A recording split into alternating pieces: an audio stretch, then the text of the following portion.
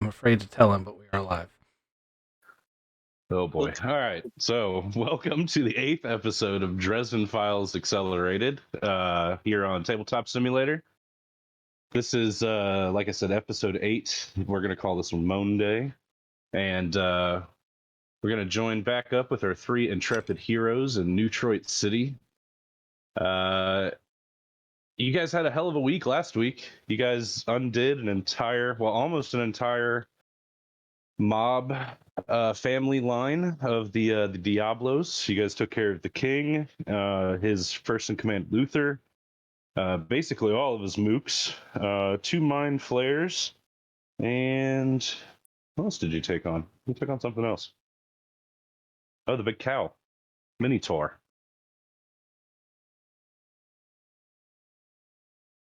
All right, so last up on your list of Diablos to kill is Uncle Dagon, where you tracked him down to a strip club in Lowtown called Purgatory.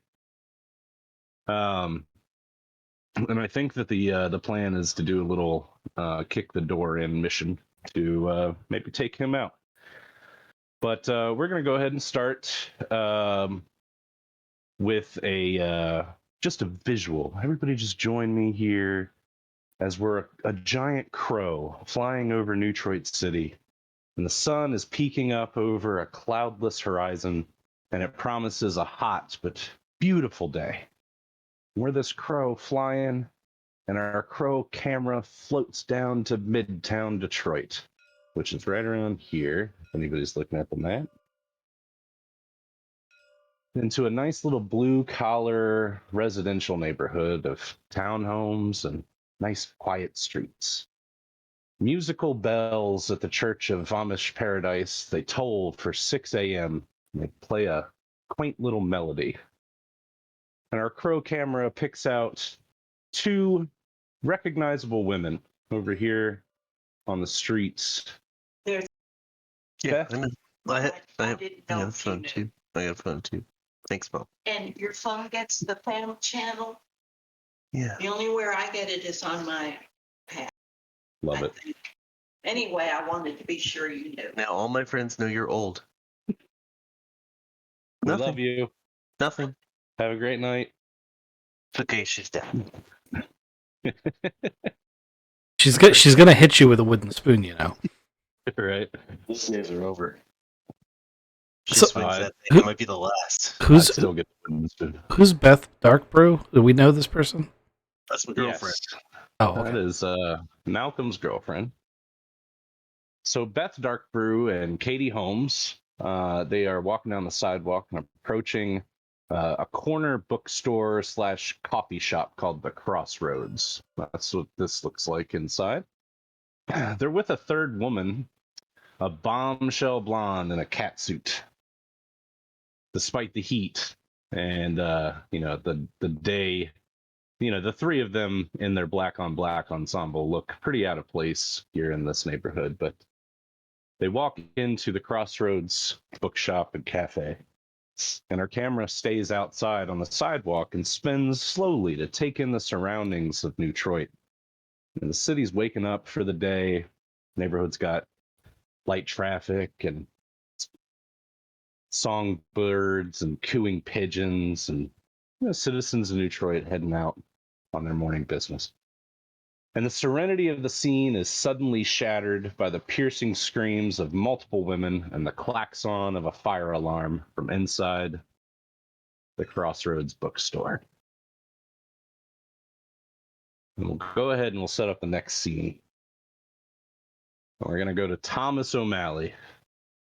You there, Thomas O'Malley? Yes, sir. All right. So 6 a.m. on a Monday morning, you walk outside your door, and your buddy Frank from the hospital is sitting in a car idling outside your house. And he has the window down, and he looks at you, and he waves, and he says, "Hey, Tom, let me give you a ride to work." I sip my coffee as I bend down. I pull my robe together a little bit because it's a little bit early. I pick up the morning paper because old fashioned. I still get one of those. Look up at him. Tom, what? Uh, um, uh, is there anything you need? Let me go put a shirt on, or do I need to come right now? Like this is unexpected. Well, your shift is supposed to start. I thought your vacation was over.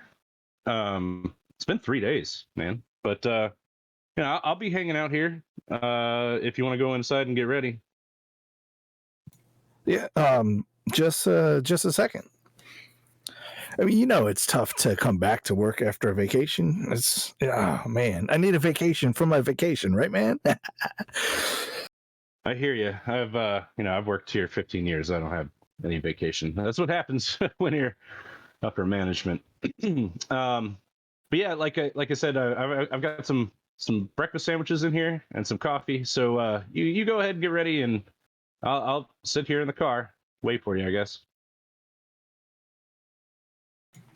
So I go and I quickly get ready. I look down. I'm trying to decide, like, armor on, armor off, armor on. No, he's gonna ask me to be in the car. I'm gonna go armor on. So I get my lab coat on. I got my armor underneath of it. I got my white shirts underneath of it, and I go hop in the car. What about your bow tie? Are you still wearing that? Always. You've kind of attuned to it a little bit, and I would just want to draw your attention to it sitting over here on your table. It's got a little, if you hover over it, you feel fancy wearing that bow tie now. And you're going to be able to socialize a little bit better while you're wearing that thing. People are going to think of you like a rock star or a highly influential person, and will treat you as such.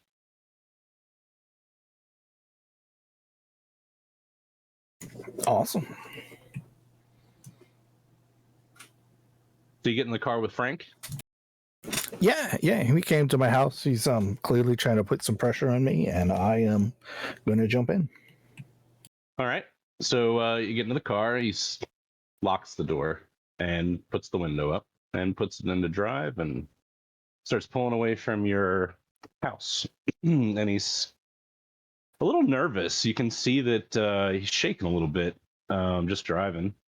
And it's definitely something on his mind that he's trying to figure out how to say correctly.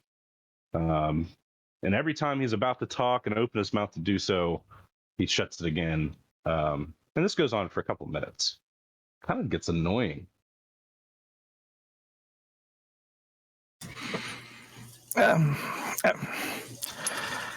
Did I miss something? Like, or you all right there?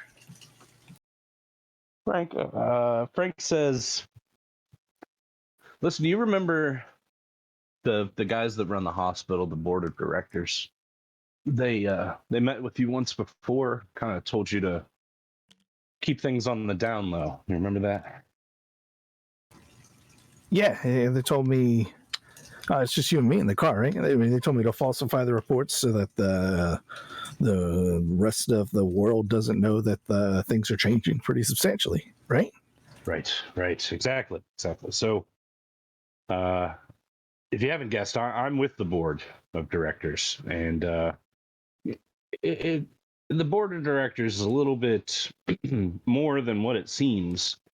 They're kind of a secret organization, like the Masons or the Thule Society or something like that. Not like Nazis. They're not Nazis. They're well, I can't tell you too much more, except that they want to induct you and your fellow Trinity Solutions colleagues into the society. So I'd like to formally invite you guys to a board of directors meeting, and maybe you guys can be inducted into the board. I think that it would be a great thing for you and for Trinity Solutions. Oh, that's a lot to take in. I thought they were kind of creepy. Like just wait, you said you were part of them? Yeah. The directors are, they keep the supernatural world from becoming public knowledge. We can't have everybody knowing that the monsters are real. But that's just a secondary task. The main task is something much more important, much more closer to home for you, especially. I shouldn't say anything else, but I want to go ahead and offer you the invitation, and if you talk to your colleagues and all agree on it, I'll come and pick you guys up and take you to the meeting. How do you know about my colleagues? Is this super secret society stuff? You got spies everywhere? No, Tom, you guys were in the news for like 3 days last week. And it's not just what you guys have been doing, it's who you've been associating with, especially you, Tom. I'm not gonna beat around the bush. This sits really close to home for you, and I think that it's better for you to know than not know, Or do we have to join if we go to a meeting? Is it there? Because we also we saw some stuff where people were getting promised things and then forced demon. Well, not forced, but they chose to get a demon placed on them. Like, am I about to be possessed? Oh God, no, Tom. This is nothing like that. We're normal people. We're no demons or anything like that, and we know about the Diablos. We know about a lot of things that happen in the city, and frankly, we want to be able to offer our support to you. If you don't want to join the board of directors, maybe we could work out some sort of deal where we can work together, maybe as allies to help the city. You can see that it's broken, right? There are things here now that weren't here before, and things are getting scary. Yeah. You said know about the Diablos. I mean, knew about is past tense. I think there's one left, maybe.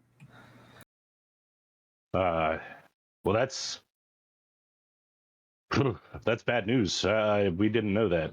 We thought that they were taken down completely. So, these are things that we should to get together on, as a team or as allies at least. So, look, I think that you should go to your colleagues and at least ask them if they're interested. There's no pressure. Right, no pressure. I feel that too. And thanks for the offer. Sure. It sounds like, yeah, you're a pretty stand-up guy, Frank, and we can. Let me go talk to. I'm the new guy there, so I don't get a lot of pull, but we'll see what's going on.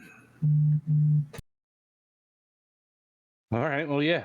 Just give me a call after you discuss it with them, I guess. And you notice that he's pulled up next to Trinity Solutions office and not the hospital. And he looks at you and goes, "Have a good day at work, Tom. It's good to see you." Well, thanks. They normally don't get up until like 9, sometimes 12, but yeah, thanks. Have a good day. You too. Malcolm, you're woken up by pounding feet running through your apartment. You hear a lot of rustling around, panicked drawers being opening and closing, and you wake up groggy, looking around. And in the room that you're in, there's nothing, but there's definitely noise coming out from your living room and kitchen area. We'll stumble out there. All right. So you open the door and you see Beth and Katie. They're in they're in mid panic. Beth has a necklace on that it looks like she's grabbed it to keep it away from her chest because the talisman on the end of the necklace is glowing red hot. Katie is running around the apartment looking for materials to start a ritual circle. It's a crazy scene where both of them are running around like cats, but it's nuts. What do you want to do or say? All right. What's going on? Say, with no pants on. Said I just woke up. So yeah, like I said, Beth is holding this talisman away from her body, but still around her neck to keep it from burning her. She's muttering under her breath. Sounds like some sort of spell. The talisman that she's got is you've seen it before. It's a woman with a pair of torches, but it looks like it's almost to the verge of like melting point for the metal that it's made out of. And Katie says, we were attacked this morning. We don't know who, we don't know what's going on, but they killed 3 women. I mean, the crossroads, the bookstore is burning down. I don't know what to do. The spell is still going, and we got to get her into a circle and stop it. I tell him where the salt is, and She goes to then I just go get the salt. Okay.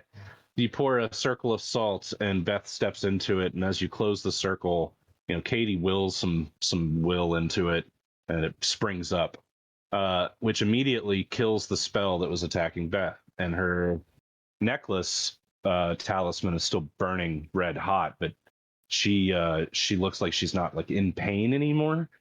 So it looks like maybe things have quieted down or stopped there. Breathing heavy. Thank you. Oh my gosh. Thank you for your I'm gonna great get some pants. I'm gonna get some pants. I'll be right back. Yeah. Okay. Come back. One, I got to get one of those necklaces. That seems pretty useful. Yeah, 2, they're go ahead. how do we figure out who's doing this? That's I don't really know where to start, but we can tell you what's going on, I guess. They so Beth, you introduced Katie to Beth and told Beth that Katie was an ectomancer. Right on. Beth and Katie started talking, and Beth wanted to introduce her to her coven of sister witches. They're called the Sisters of Hecate. And this morning at 6 a.m., there was supposed to be a meeting at the crossroads for the coven. And there were, 6 coven members. Katie was supposed to be the 7th. All of them were there at the crossroads this morning, and all of them were hit with the same spell of just hellfire. 3 of them didn't make it. They were not protected by anything that could have saved them. Katie is alive. We know that. You know that Beth is alive. And there's one other, no, I'm sorry, 2 other ladies, Dana and Ada, that are still alive. But Were they also attacked, or like they were able to fend it off? so the girls that are still alive were able to fend it off somehow. You know that Beth has a talisman that does it, so you assume that maybe they have talismans, or maybe they're just powerful enough to stop the spell. All right.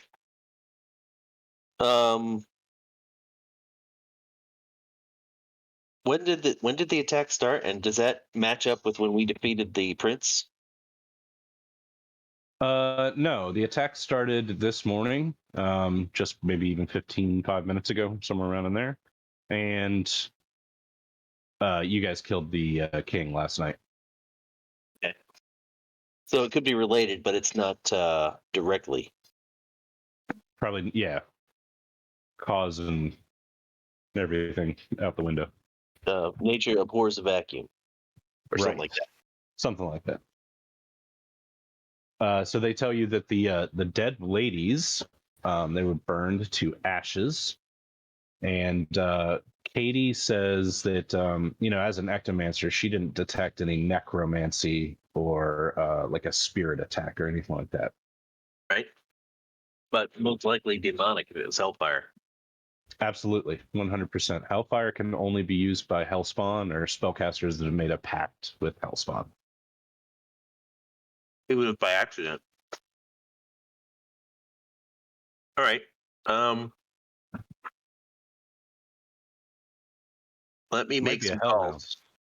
Let me make some calls, and I'm not going to leave until we're sure you're safe. Okay.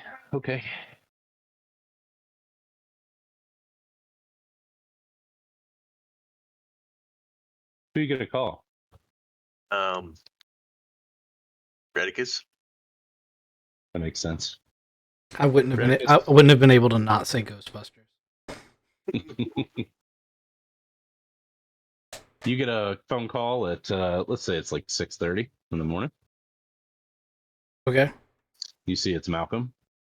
I flip off my other call that was unfortunately already engaged in, and I was like, "Hey, what's up? What's up, Malcolm?"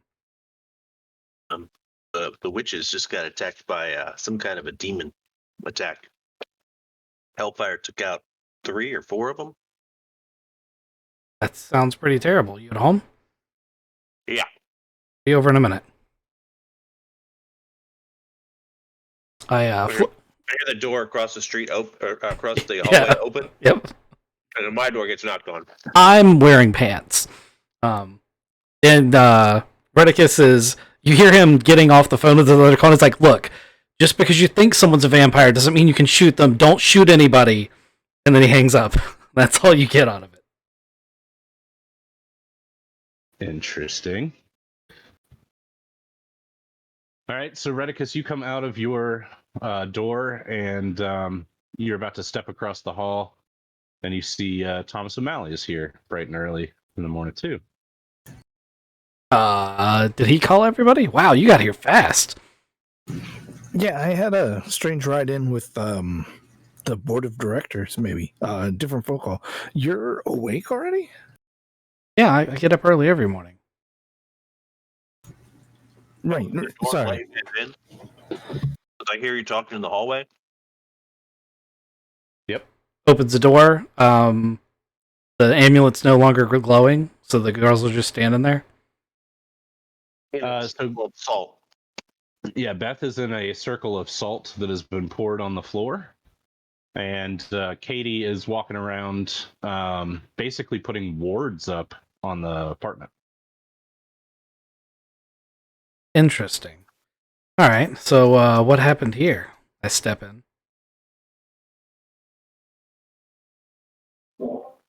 I tell him what happened. Yeah, so basically this morning, 6 a.m., the girls all had a coven meeting at the Crossroads bookstore and were attacked with hellfire. 3 of them died, bursting into flames and burning down the bookstore. So you say you're. I'm a little. So you were attacked, but that amulet. How did you get that amulet?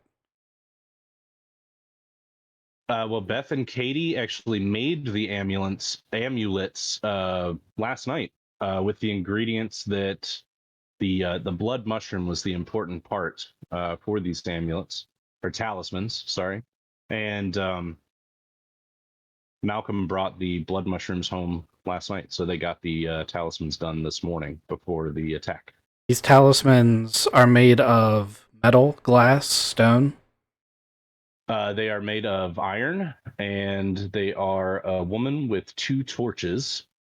You presume to be Hecate of some form or another, and they have been like forged out and modeled and all this other stuff. They look really nice, But they don't contain any parts of that mirror we busted last night. That's where I'm going with that. Oh, correct. No, they don't. Okay. This is interesting. We may have to pull Atticus in on some of this. Look over at Thomas. What do you think? It's not. This is magic stuff. I don't know a lot of magic stuff. I only know a little bit.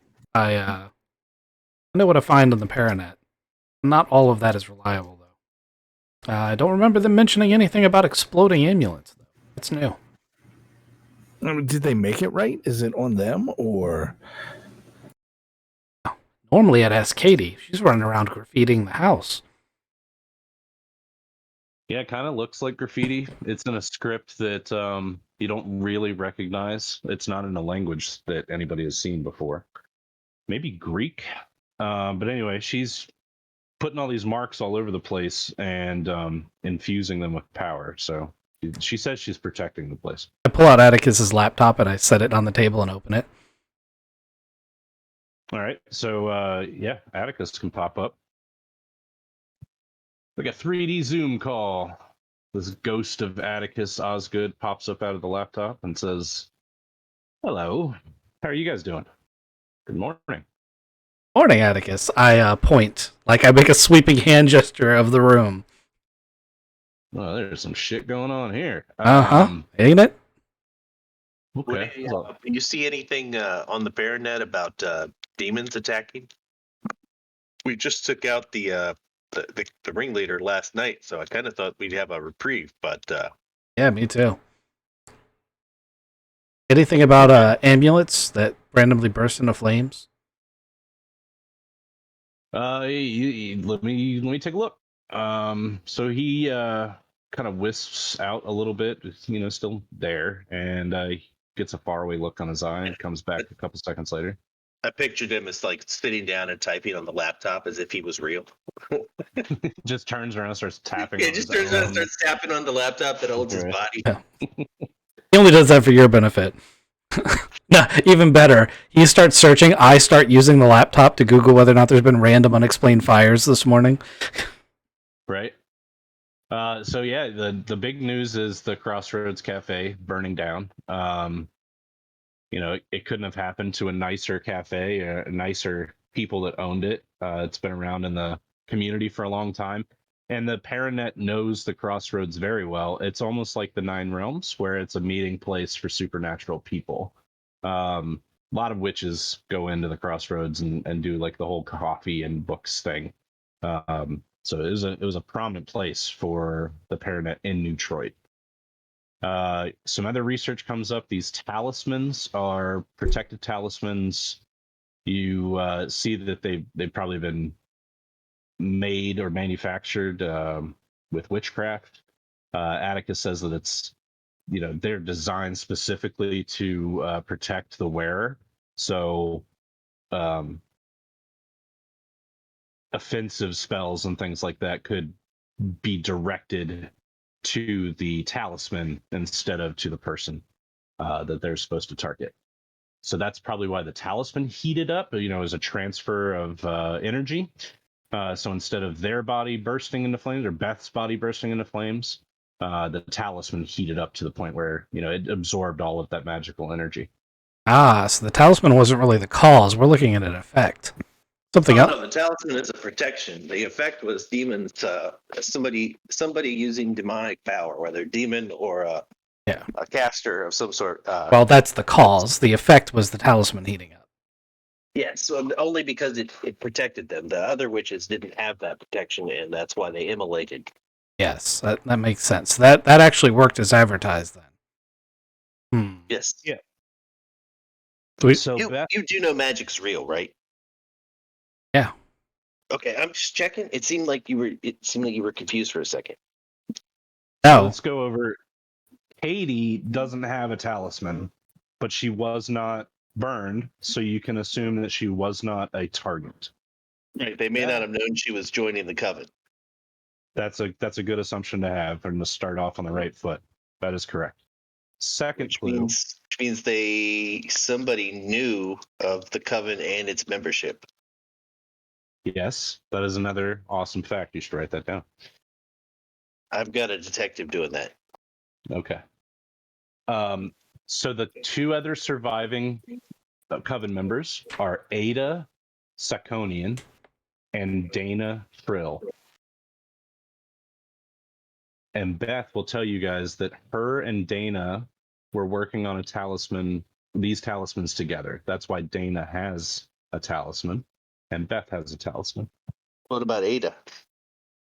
They don't know about Ada, and here's the interesting thing. Ada is the leader of the coven. So the assumption that Beth has, and Katie kind of backs this up, is that Ada is a much more powerful witch, more powerful than the rest of the coven sisters. So maybe she has some other way to protect against hellfire. But they don't know. They've never talked to her about it. And I mean, like, there's no strife in the coven. Like, everybody gets along good. So far, so good. Like, As much as they can. You know, like, there's some disagreements, but there weren't any like power struggles or anything like that. okay. I mean, because your first suspects are usually those closest. Right, 100%. Atticus comes back and says, "All right, so we all know that hellfire can only be cast by hellspawn, but the way that this is targeted, where there wasn't anybody else around in the Crossroads bookshop or anybody in line of sight, would mean that the attackers, yep, they have to have vials of hair or blood or something like that belonging to the victim. So somebody close to these girls has to be involved." Yeah, that's why I suspected one of the survivors, but that seems to not be the case. I don't know that I'd rule it out completely yet. I haven't, but I agree. I was just trying to be supportive. Who would have access to things like that? To the hair and blood of all the coven women? Yes. Well, let's think about this. If you have the hair or blood of the people in the coven, that would probably mean that you are also in the coven. Yes. Do they have a common hairdresser? Let's go get our hair done. Oh, that's a good question. Witches are pretty careful about that stuff. Like, they don't. They literally don't do things that would put them in a spot where they would leave themselves open like that. Very true. Beth and Katie both would say that they've cut their own hair for a while, and then they immediately burn the clippings, Right. just so this kind of thing doesn't happen. And FYI, if a witch gets a hold of your hair or blood, it could be game over for you. I tell Beth that I'm very aware. She's told me many times what will happen if I misbehave. She was more telling your colleagues. All right, so there's a couple minutes pause where Beth is wondering if she should be able to get out of the circle. Katie finishes the words around the apartment, and then she gets a text, or I'm sorry, Beth gets a text from one of the other surviving coven peoples, the lady Dana Frill. And she, so the phone goes off. She looks at it. She says, "Oh my God, Dana's alive. She's in the hospital. We didn't see her when we were leaving. We ran out of the crossroads, and then Katie drove the Jeep back, and we didn't know what happened really to Dana. But Dana's in the hospital. She's got third-degree burns to her wrist. It almost took her hand off. I don't know if she's going to be able to use that hand ever again."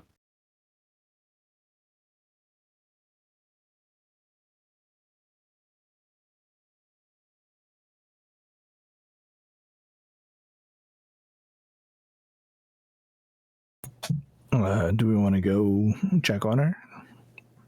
Well, we need to verify that it's safe. I mean, for the witches, they can stay here. We can go. Do they go to my hospital? Yes, they Dana and Ada are both actually at St. Andrews. Ada's there? How do you know? Ada is there. Now there's like a group chat going on with the surviving coven women. You think they'll talk to us if we go there? I would assume so. That was Yeah. it was an in character question. They It's they should, yes. No reason they wouldn't, but well, the People- witches are traditionally very secretive and don't like people poking into their lives. So Well, if those two are alive still and texting, and they're at the hospital, which is a place that's not warded, I would assume that Beth would be able to get out of the circle. If the attack was still going, the two ladies at the hospital would still be under attack as well. and the amulet can survive another attack like that, like long enough for you to get into somewhere safe. Well, Beth says that she's getting out of the circle but staying in the apartment. Fair enough. The other things that she could do, and then she knows that you would hate it, is shave her head. Let's not go too far here. Also, why would that work? Because yeah, the hair's already gone. yeah, So the thing is, it's all about ties. So the hair that she had cut, or wherever it is being used to attack her, was bound to her. If she cuts all of her hair off now, then the hair that's already in the vial isn't bound to her anymore because it's magically, it does not transfer ownership, quote unquote. So by changing her, she would change her connection with the hair in the vial. Text your friends, tell them to have their heads shaved. it does seem like the safe route. That's up to you, though. That seems. I mean, it could also be blood, so shaving my head might not bear any fruit. Like, it could be pointless and unnecessary. Doctor, we're gonna need some transfusions. Yeah, and for kidney dialysis, we'll just run all of your blood through a machine. I'm not sure that would work. I'm not sure that wouldn't work. It's a gray area. Yeah. Like shaving the head worked. Yeah. But you're not putting the hair back. You are putting the blood back. Yeah, she said changed. Maybe she could dye her hair. Could, maybe. Anyway, Katie and Beth will mull it over, see what happens. It might be a good trying. idea to look into making the amulet a little more robust. The talisman. She is counting her lucky stars that you came home with the blood mushrooms last night. Yeah, like add a heat sink, maybe a cooling fan. Actually, a whole cooling system might be the way to go. Well, one thing's for sure, she's not going to take it off. Yeah, that's a good idea. I wouldn't take that off ever. All right, Yeah, let's pile in the van and go to the hospital. excellent. You taking Atticus with you? Always. Okay. So you guys pull up to St. Andrew's Hospital, and what's the plan here? Is Thomas going to go in all official doctor and say, I just need their room numbers and go up in there? That was my plan. Yeah, we also have their information. They might just we're coming to visit. Either way, yeah. Let me just go be a doctor. I'm looking for 2 people. So my question is, if you go in there all official, are you going to grab like their charts and take a look at what's going on to them physically? Yeah, I'll peek at a chart. Okay. All right. So who do you want to go see first, Ada or Dana? Dana was the more powerful one. She's got 3rd-degree burns. Ada was the more powerful one. She's also Correct. the one that we don't know much about her. Then the more powerful one that we don't know much about. Okay. You walk in. You're walking down the hall in the hospital, and as you get to her door, there are tons of fucking flower baskets and edible fruit things and trays of cookies, and all of this shit is like piled up on makeshift tables and stuff like that, and chairs and things outside of this room. Didn't this fire happen like an hour ago? Yes. So, you walk up and you see all of this stuff, and then you walk inside, and she's got two nurses just standing there watching her, and one of them has a cup in one hand with a straw and poking out of it, and she's like, "Do you want any more, Miss Sisconian? Do you need anything else? Can we get you anything else?" And she is being waited on hand and foot by nurses in this fucking hospital that should be, actually saving people's lives. And she says, "Yes, oh yes, I'd love another sip." And the nurse leans over and gives her a sip out of this cup of water. And while she's sipping, she looks over at the door and looks at you three standing in the doorway. She says, "Can I help you, gentlemen?" I assume her chart is at the bottom of her bed. Yeah, we'll go with that hospital trope, and not everything is on technology yet. So, yeah, you want to grab that chart from the bottom of the bed? I'm going to grab the chart and look at that and just nod at Artemis and say, "You have some questions?" You mean Redicus? Yes.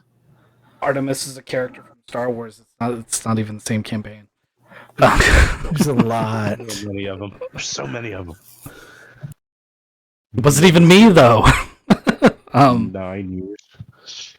So do I know Ada? Am I familiar enough with this group? No. Okay. So this is why I asked if they were going to talk to us. I don't know how to cold approach this, but I'm going to try. So you give me a roll, and I'm going to give you a couple background clues or things that you would notice while you're looking at her. So if you want to give me a focus roll with your detective stunt. So what does that give you? Another +2 on top of your roll? sure does. That makes it 5. Excellent. So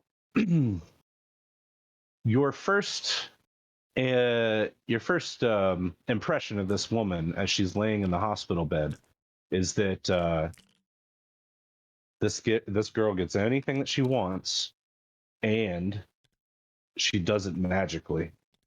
She's way too pretty. She's way too perky.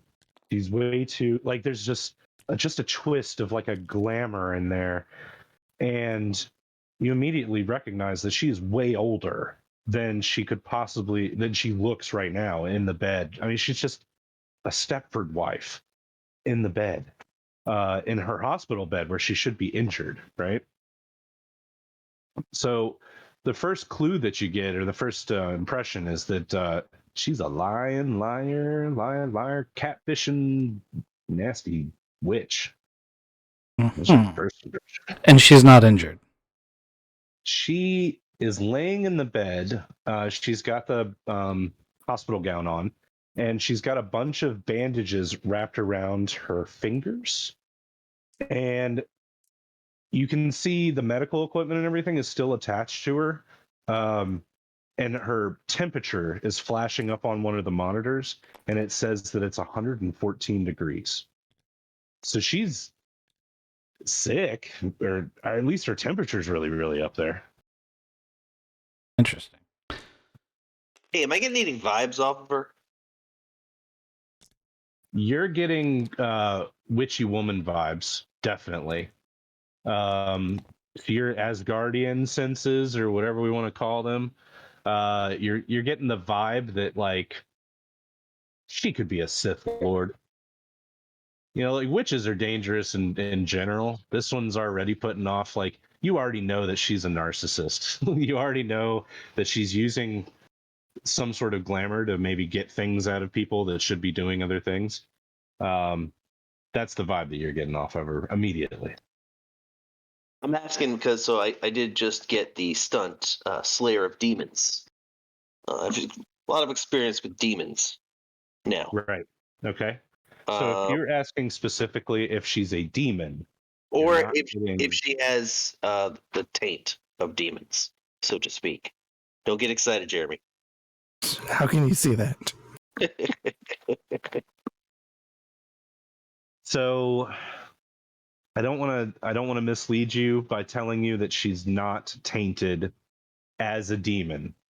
She could still be working for demons. She could still be in league or consorting with somebody. She herself is not demonic, but she's a nasty bitch. Good question. What color is her hair? Her hair is blonde. Really? Really? I fear that she'd be a redhead. No. And That's a then different campaign. My bad. yeah, Dr. Thomas O'Malley. You already killed that Sith Lord. She was in here for smoke inhalation and severe dehydration and overexposure. Hold on, what's the other one where body temperature just goes crazy high? So her like hypothalamus gland, I think, is being tested, and you know she's under a bunch of tests, way more unnecessary tests than are normal. Just being checked out completely over and over and over again by multiple doctors. Basically, everybody in this hospital has ordered some sort of test or scan of her because they want to make sure that she's okay. But yeah, she is running a temperature, and when she came in, she was severely dehydrated because she had sweated everything out. Like her body was reacting in a way to, you know, diffuse this hellfire. You do not see any locations on her body that are messed up except for her fingers where she would have worn rings. As her body temperature heated up, those rings heated up as well, and they have burned the shit out of her fingers. At least that's what's on the chart. You can see her hands right now. They're in, you know, wraps or bandages, but like they're not puffy or swollen. I'm still wearing my doctor's things. Nobody's made any communication. I'm going to say, can I check on your hands there, Miss Siconia? Yeah, I think that's right. Siconian. Oh, yes, ma'am, Miss Siconian. She looks at you and narrows her eyes, and you see that her eyes dart down to the bow tie. And then your eyes dart up to her hair. And this little voice inside your head says, her hair is under a fucking spell. And it looks so gorgeous. Like, so beautiful. I just want to do everything she says. Yeah, you're kind of being compelled by her hair to just do what she wants you to do. So yes, you can look at her hands.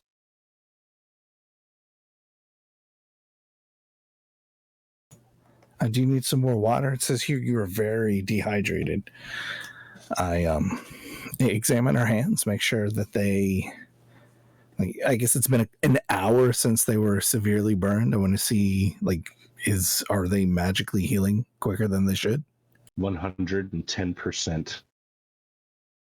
The scabbing on her hands looks like it could be 2 months old at this point.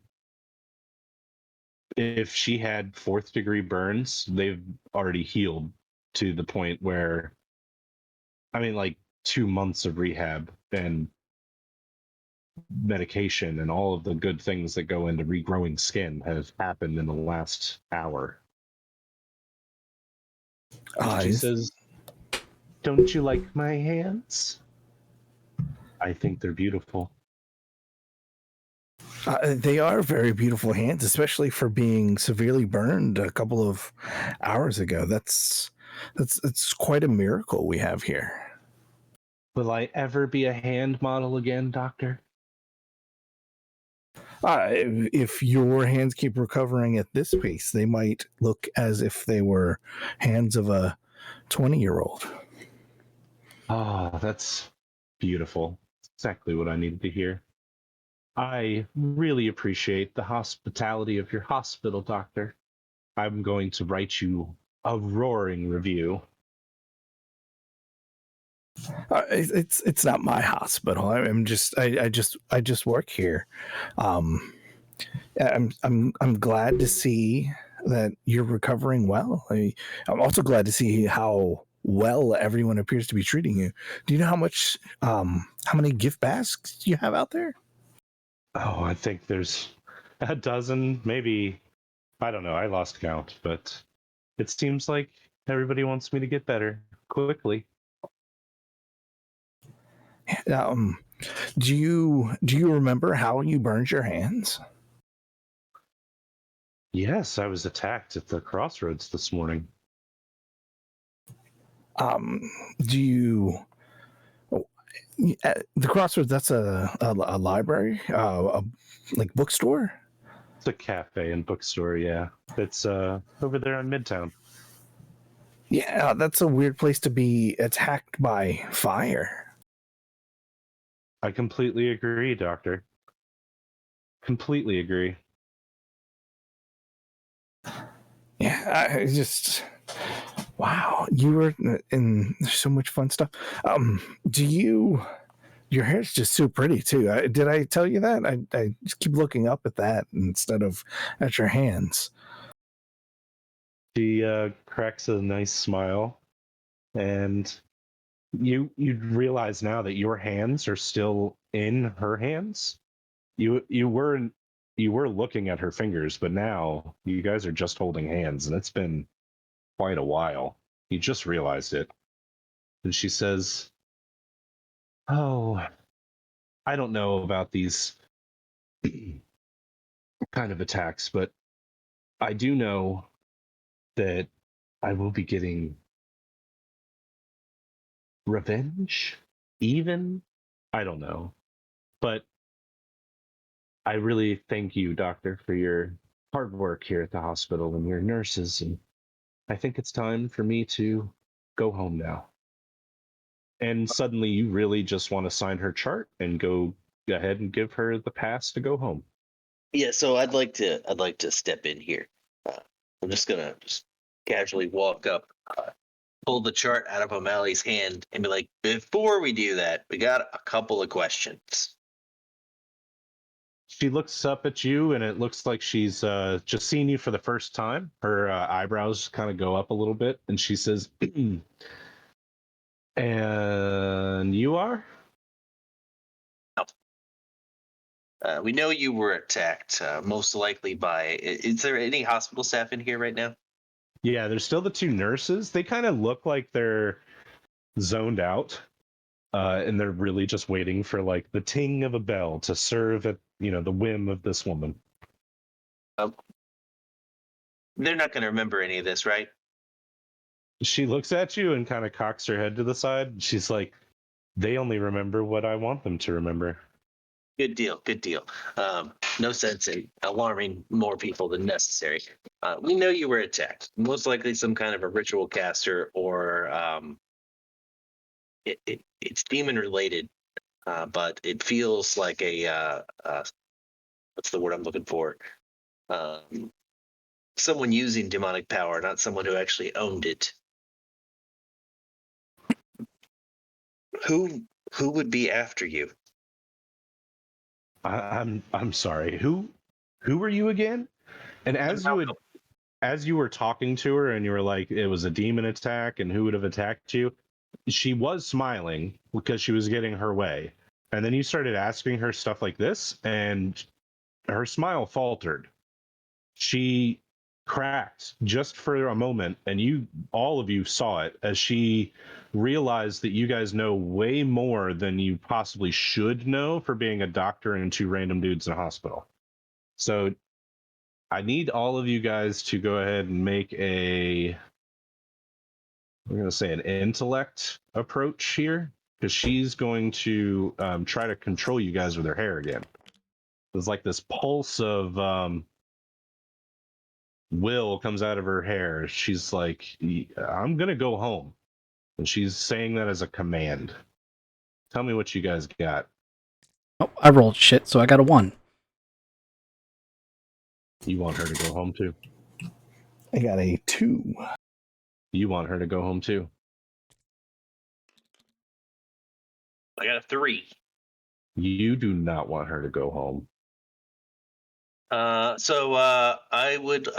like to look at him like, yes, I know you want to go home, and you definitely will be going home. I don't care if you stay here or don't go here, but I do have some questions, and there are the safety of other people at stake. And besides, don't you want to know who did this?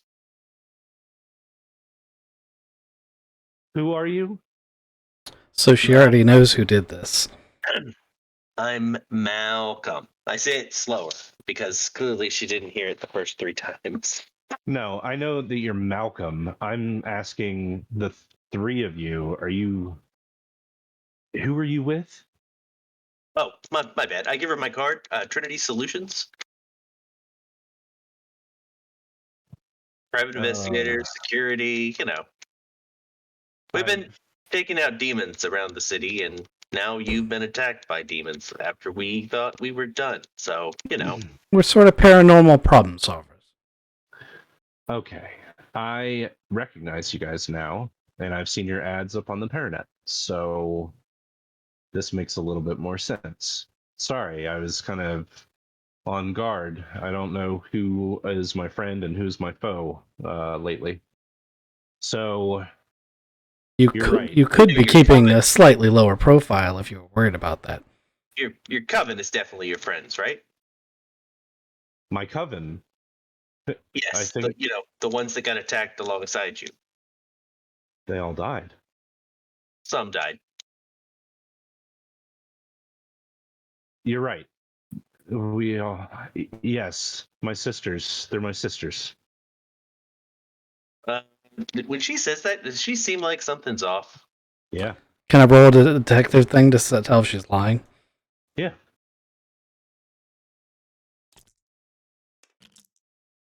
Oh, it's gonna be good. So that ends up being 8. That's awesome. Yeah. Both you and the doctor notice that her beats per minute on her heart rate goes up. Oh, It would be imperceptible to anybody else, but you guys notice because she's hooked up to these machines anyway. She's about to lie, whatever she says. And you guys know that she was surprised to find that her coven sisters lived. How do you not know they survived if you were there during the attack? Wait, didn't they have a group message going on? Isn't that how we knew she was here?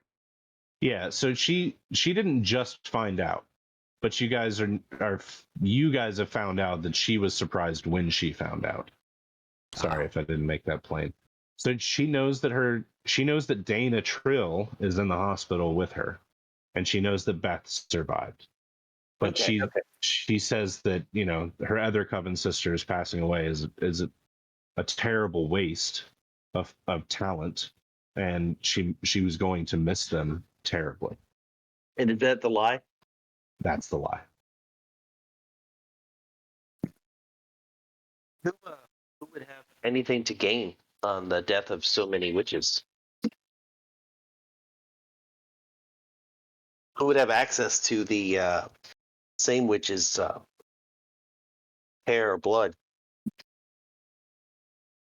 Well, Mr. Malcolm, it would have to be somebody pretty close to them, wouldn't it?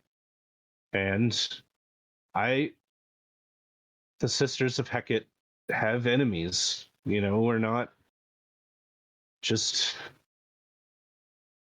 simple witches. We've been here for a while, and we do our own coven things. We protect our blocks, and we have made enemies. That's the truth. I relax a little bit. You mentioned getting revenge before. Yes, on whoever attacked my sisters. I would love to see revenge fall upon them. And That's what you guys do. and you don't have any idea who that is? Well, it would have to be somebody from hell. Well, it's just that earlier you were very hell bent on revenge and ready to walk out the door, I got the impression you had at least a clue. Well, I can do an augury and find out. A little simple divination to maybe find out who attacked me. But I haven't had a chance. I got picked up by the ambulance and brought here.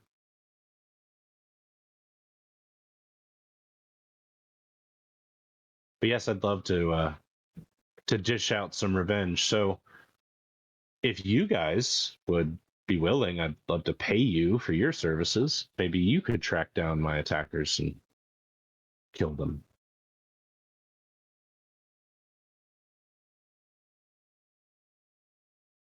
I look at Malcolm and I'm like, what is it with people with jumping straight to the hiring us like hitmen thing? It's just the supernatural. Like there's really not a middle ground in the supernatural. There's no jail. There's not really any removal of power. It's pretty much you're either a friend and everything's good, or you're a not friend and somebody needs you to die. I feel like I and my sisters were attacked ruthlessly without provocation, or at least warning. So I would like to do the same. Yeah, no, I get that. It's mortals. He eyes you a little bit more.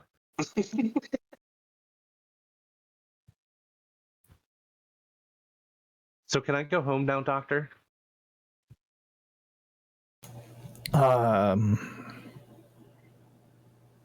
We're gonna keep in touch, right?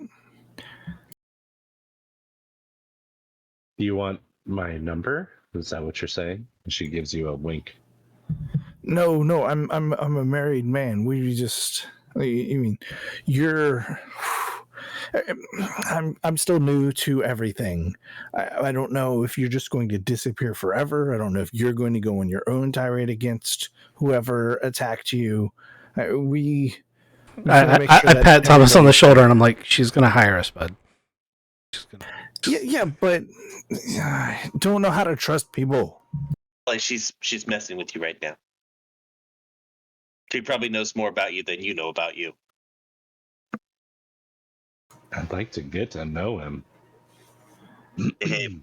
Behave, please. He's already a nervous wreck. You'll push him right over the edge. I don't think. Yeah.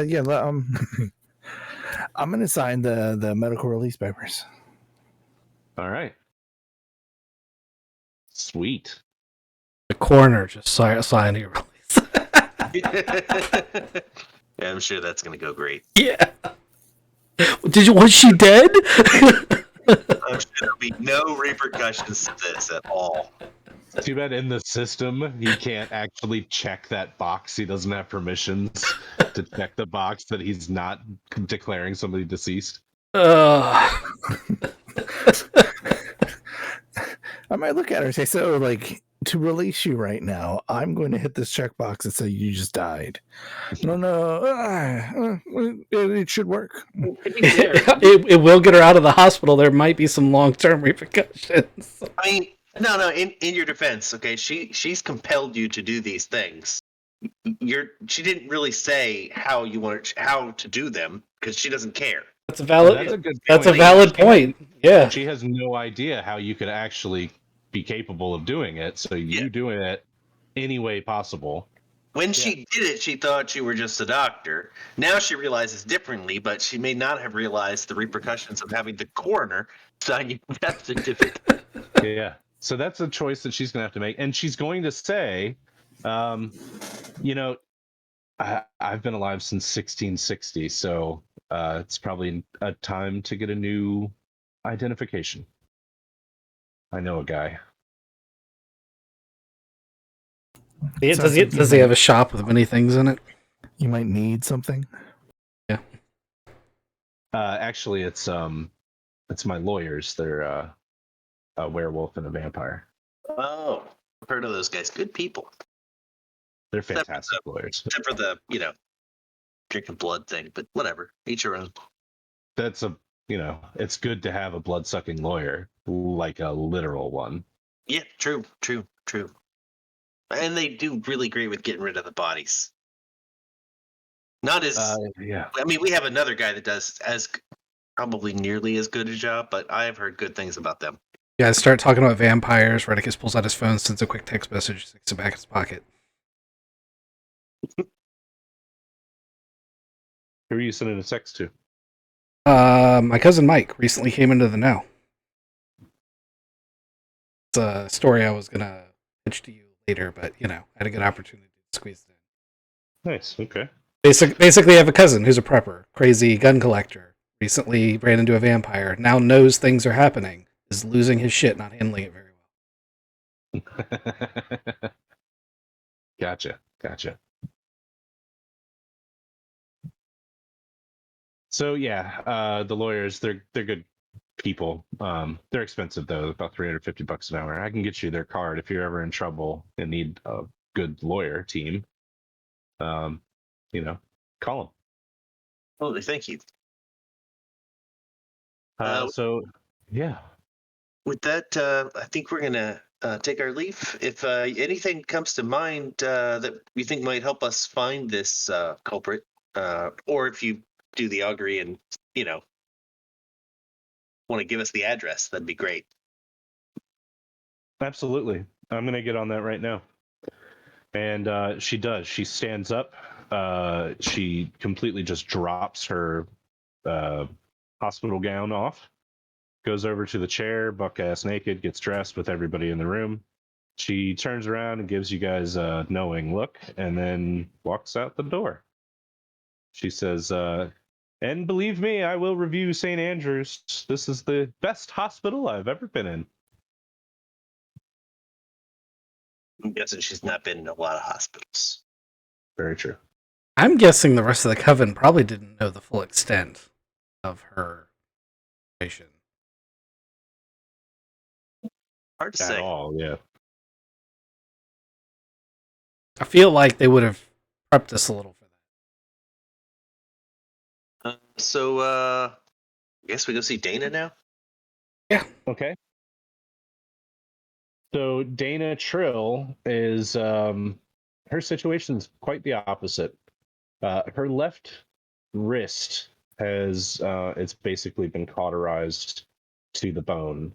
Her hand is non-functional at the end of a burnt out stump where she still has a bracelet that is embedded into her skin.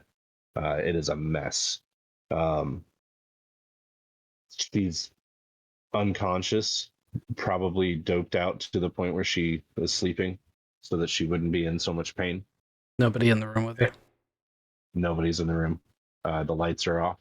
I She's on machines. poke Thomas and I'm like, hey, just sewing, get out, go sew that back. It's the other hand's not there, but yeah, I'll do a little bit of surgery. So you step up to the side of the bed, pull out your kit, and start poking into her scabs.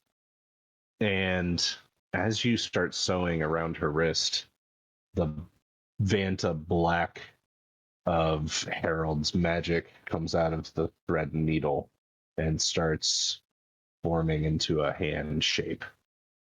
And as you work, the shape solidifies and becomes flesh colored. And by the time you finish your last stitch and make your final cut of thread, the hand is completely normal and back to its full extent. And there's a shuddering gasp in her chest as she wakes up in the bed in front of you. She's still pretty doped up, but she looks around and sees you. Oh. I'm friends with Katie Holmes and Beth Yates. Your hand is better now. You need to stay calm and not scream. You're Beth? You're friends with Beth? You know Beth? She's okay? They're both okay. Yeah. Can you tell us what happened? Oh, I start weaning her off of the dope. Yeah, they probably got her on morphine with an injury like that. Yeah, she's definitely on a drip. So you go and you start shutting all that stuff off, and she starts scratching herself as she's talking to you, and she shudders a little bit like she's cold. And she says, I was meeting the girls this morning at the bookstore, and we were gonna have a nice talk about the future. We were all gathered round, sitting in our circle, and wham! It hit so hard. My bracelet it lit up and caught fire, and it melted into my skin. And oh my God, the Mildred and Leah and Heather, they they burst into flames, and it was terrible. The fire went everywhere, and I could barely get out. I could barely move. I was in so much pain. And she looks down at her wrist and realizes that her hand is back, and she's looking at it like, was it a nightmare? What happened? Did you do this? Yeah, I said I fixed your hand. This is, oh my God, thank you. Thank you. Ah. You said Beth is okay? Where is she? Nice. She's at home. Oh. And Katie, did Katie get out? I don't really know Katie, but She's with Beth. okay. Can you tell us any more about the attack? Any clues as to who might have done it? It had to be someone close to you guys for the kind of magic that was used. You're right. It had to have been some sort of demon attack, ritual magic, and probably, I don't know. I don't know too much about the city. I was new, and I had just met Beth like a couple weeks ago. This is a new coven, and I don't know how much you know actually, but we're all supposed to follow Ada. She's their coven leader. We were there for the sisters meeting as usual. This is our meeting day. So I guess somebody must have known our plans or our schedule. I don't know. And had access to your hair or blood. Like I said, it had to be someone close. I don't know who would have done this or why. We're just hedge witches. We don't really have powers. At least I'm a hedge witch. Yes, Beth is pretty powerful. She helped me with this talisman, the bracelet. Doc, is she well enough to move? She needs we could move her. I don't know if she can handle walking out of here. She's still pretty morphined up. Yeah. Here's my thing. I don't think this is a safe place for her to be. Can we set her up in the apartment where it's warded, safe? I think it's a good idea. Yeah. Let me see if I can find another one of my doctor friends, where we can just kind of break her out. Sign her out like you signed out the other one. No, don't sign her out like the other one. I don't know this. It's, You signed her out. She was able to leave. Just do it again, man. It seems easy peasy. she's walking on her own. She'll be fine. She can just walk out. Yes. Yeah. Left against doctor's orders. I'm gonna write that in the chart. Oh, okay. And then you're gonna just let her walk out of here, or you're gonna take her back to the apartment? Oh, we're gonna take her back to the apartment. Yeah. Okay. All right. Cool. So you say, she signed out under, or she left on her own, against doctor's orders, and filed the chart back at the bed, and then you guys hustle her up out of there, get her in the van, and get her over to the apartment building. And as you guys are entering your apartment, she gets hit again, and her bracelet lights up so fast, like as she's going through the doorway. So this is a very, very quick attack, but she goes through the doorway and her bracelet is still red hot, and she's like, "Oh, ow, ow, ow, ow, ow!" And she goes and sticks it in the sink and runs water over it. Beth and Katie are there, and they go, "Oh my God, it's Dana!" And they rush over, and they all, start chatting and talking and stuff. They're talking about the fact that the bracelet just lit up, right? Yeah, they're talking about the bracelet being lit up. They're now in a warded apartment, so they're all safe in here, but they were just attacked again. Beth's talisman is not lit up because she was inside already. So someone nearby. I'm gonna go out and It's not scope the necessarily place nearby. up. It's You don't have to be close. okay. You don't even have to know where they are, although you can use the same similar rituals to find them. So this place is safe from the this place should keep them safe from definitely from the attack, maybe from scrying. You guys know how to fix that, right? I look at the ladies. What, to make it safe from scrying? Yeah. Yeah, it seems like whoever's after you is after you. It'd be good if you were not able to be found easily, as well as safe from, fire. Right. I forgot to mention, I'm really sorry because I'm a bad GM.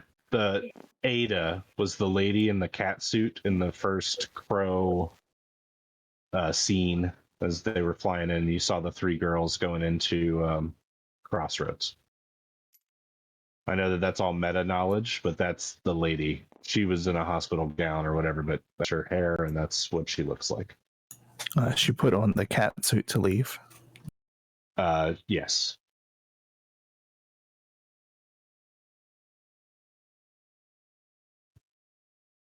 Saconian. All right, so a little research on Ada Saconian, because now that you guys are back with Atticus, you can do some research on her. She said that she was born 1660, and she is originally from Greece. She is very, very old, and the girls, they didn't know too much about her. Everybody was kind of secretive about their personal life while in the coven. They had no idea how old she was or how powerful she really is. They just knew that she was more powerful than they were. Were they jealous of her hair? They knew that that Ada's hair was glamored, but they never were targeted by the glamour.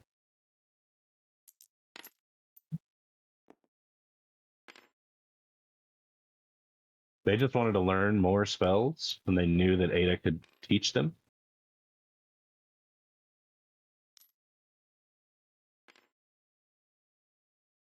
Do they trust Ada still?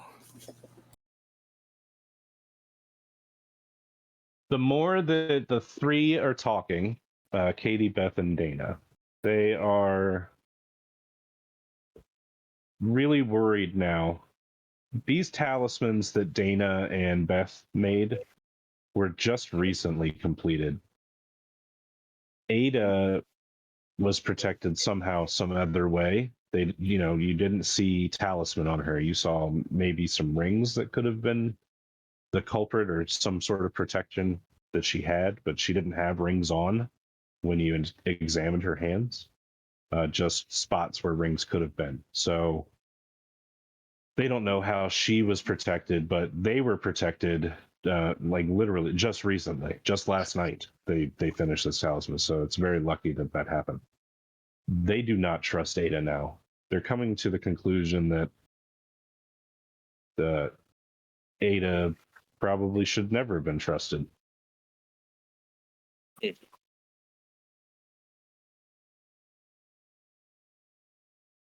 Would she have had access to hair and blood, or or other things?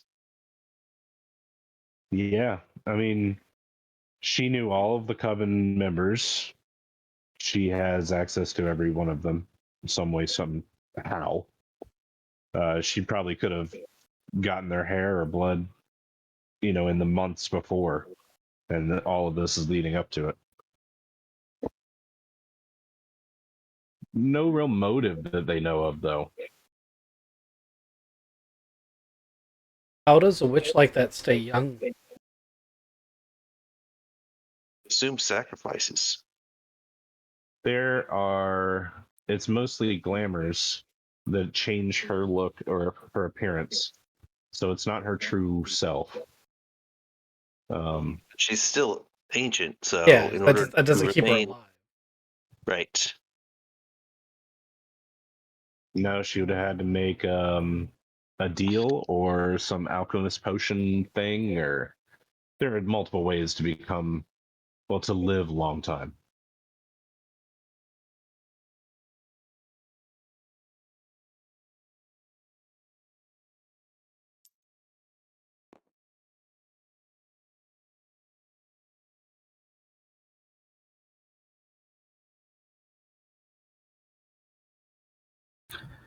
Do they know anybody who would have demonic powers? The three of them.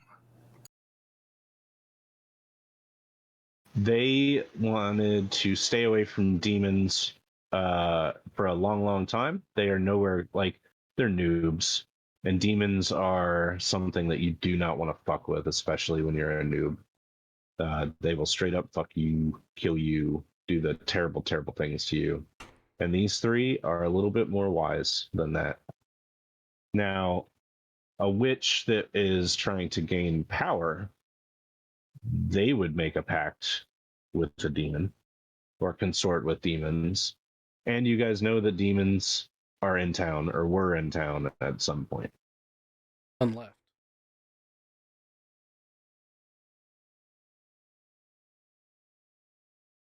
This hellfire ritual magic spell thing, it required more than one person to pull it off because there were so many targets. It would have had to be a ritual done by like a couple demons or a couple hellspawn or maybe an opposing coven of witches. Interesting.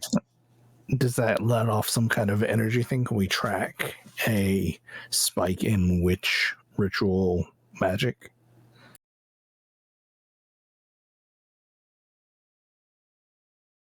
Maybe with the right kind of sensors. I don't know. Okay, so How'd you- he said I have special sensors and I detected shit at the water plant. Yeah, he did. Yeah, he did.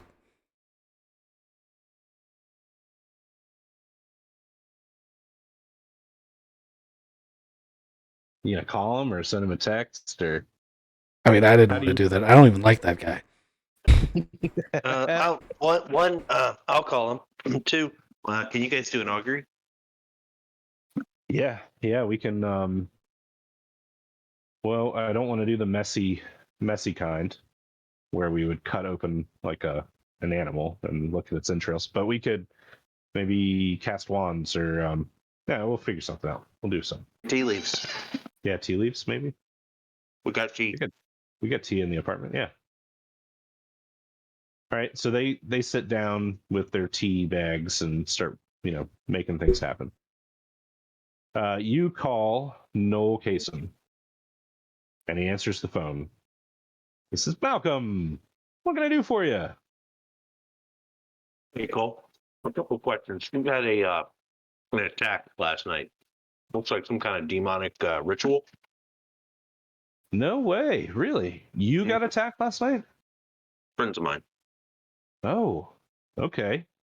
Also attacked. They also hit the apartment. Some kind of a ritual spell. I was wondering. You got sensors set up around here, right? I do. I do have some things out there. New World Technologies has a lot of sensors around Detroit. Any chance you could see if anything pinged last night? And early about 15, 20 minutes ago? You know what? I'll take a look and I'll send you the data. How about that? Awesome. Thank you very much, sir. It's always a pleasure talking to you, Malcolm. Same. Then he hangs up the phone, and a couple seconds later, you get a message that basically runs down the amount of electrical current on a certain frequency. It's all gibberish to you, really, but maybe Redicus could make it out. But it circles around fucking Purgatory Strip Club of all goddamn places. Straight up coincidence? I think not. Hey, that's a good place. I mean, I've never been there. Turned into a real hellhole in the past couple of months. I'll bet. Okay, well, right. we should nuke it from orbit just to be sure.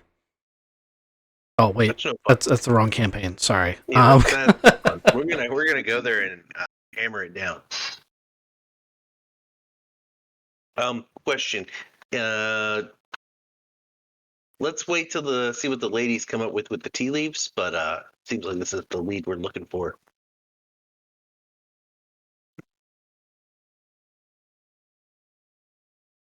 Thomas, what do you think? We think that it's at the strip club. Do we want to call the scary lady to see? Because she said she was going to pay us, and if she thinks it divines or magically tracks back to the strip club, we could try to get paid. Oh man, I keep getting in trouble for trying to take deals with people I shouldn't take deals with, though.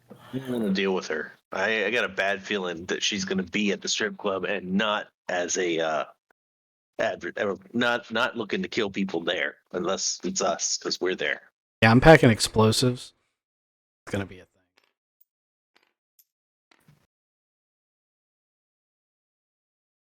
thing. Yeah, if you go to a strip club early in the morning, that's okay. We can go whenever. I don't care. I mean, it's probably like what 10, 11 o'clock. Yeah, let's say it's lunchtime, noon. Okay, yeah. Well, that's a compromise. Let's go at lunch. You need to get lunch permission? crowd at the Purgatory Strip Club. You need to get permission, Thomas. We're going to fight demons. At a strip club. Yes, at a strip club. Actually, we're going to fight witches who are trying to use hellfire to kill other witches. It's a good everything about it. I will call her. Hey, so this is happening. I'm sorry, but thanks. I'm sorry. You said you're going to a strip club? It's noon on a Monday, Thomas. Yes. That's our problem with it. You got to go during prime time.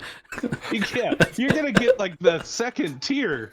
You know, While he's on the phone, I would like to holler. Do you have enough ones? Oh yeah, perfect. Do you guys have enough ones? You got to fold them like this. Make them look like fives. Jesus. That's not. All right. Never mind.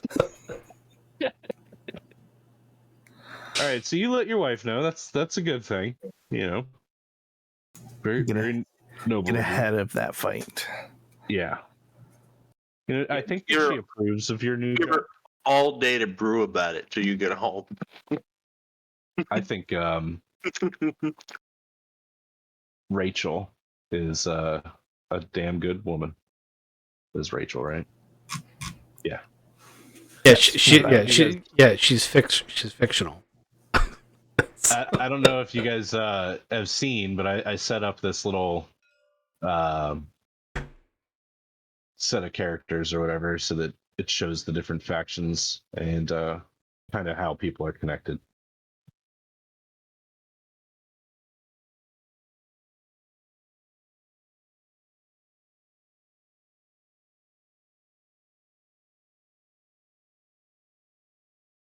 So, I'm all for you guys going to the strip club at noon on Monday. That's cool. But I think that you might want to do some recon first before just walking up in there. You said you could also call scary lady, and I was thinking, oh yeah, they're gonna get Lady Zaza in the White Court maybe to help them out. Her I'll call. Yeah, she'd be a cool ally to have here. A couple of other things happen. So Beth, Dana, and Katie come back with their augury results. And the first time that they did the augury, it came back and it said that their attackers were succubi. Straight up from hell, the succubi. So take that in. The second augury that they did, it says that they were betrayed by someone close to them, which, duh, you guys already kind of figured that out. Yeah, I bet she's a succubi. Succubus. That's what I'm thinking. That would explain how she lived so long. Could be. Could be. I think that we're all on the same page on that. Okay. All right. So, what do you think the your plan's going to end up being? I want to bring enough explosives to bring the whole place down, just in case. But most supernatural things have found that like bullets still kill them. So Yep. I haven't really had to be but so creative. I will get with Atticus and be like, hey, is there like a special thing? I mean, if they're succubi, they're probably weak to holy water and blessed bullets, like the demons were. Yeah, 100%. Anything, Hellspawn is going to be susceptible to holy articles. You know what else Atticus could probably do is he's going to get on the internet and he is going to bring up one of the closed circuit camera systems for Purgatory. Oh, Hacker Man now. He and Paranoid Kevin, they can get this done.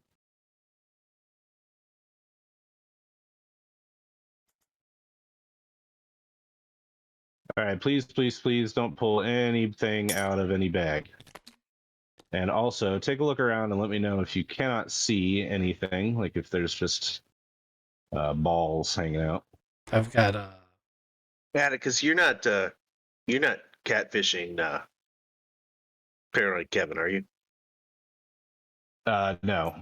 Okay. No, not at all. whatever this is. Whatever this Does not is. appear to be loading. This, Damn, you don't see the fog? and this. Where'd you All right, where'd you get the fog from? The internet. And this. And this. Hold on, reset. I won't do that again. Do you see a fog now? Nope. Didn't fix it. Butts. Okay, that's fine.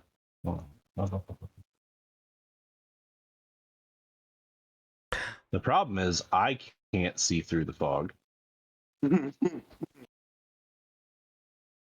So Did you? You're talking about the fog of war from Tabletop Simulator? no. It was like it was stripper fog. Okay, so you can't see this guy. Can you see the girls on the stages? Yeah. Okay. You see you spelled Brandy's name wrong. It has to end with an I. Sandy too. Got to end with an I. There's a couple different brandies. Okay, there's I's and Y's. Is there a candy? There There's is. a She's over Candy. there. There's Okay. a Sandy. There's a Brandy. There's a Randy. There's a There's Lilith. an Andy. There's a Phil. Lilith is There's a Lilith. definitely a succubus. There's a spokeswoman from the other campaign. What about Charity? You don't have a Charity? No, I don't have a charity. But Mercy? Uncle Dagon and Ada back here in the back bar. Like, Uncle Dagon's still alive? Damn it. That's what. Yeah. All right, here's some other things. Harry Buttocks is here. He is being Succubus by Brandy up here on the main stage. There's a bunch of innocents here that you guys can tell in the CCTV footage. There are some mooks in here too. And you got to make the assumption that all of the girls are in on it. Gotcha. Question. Is this place up to code?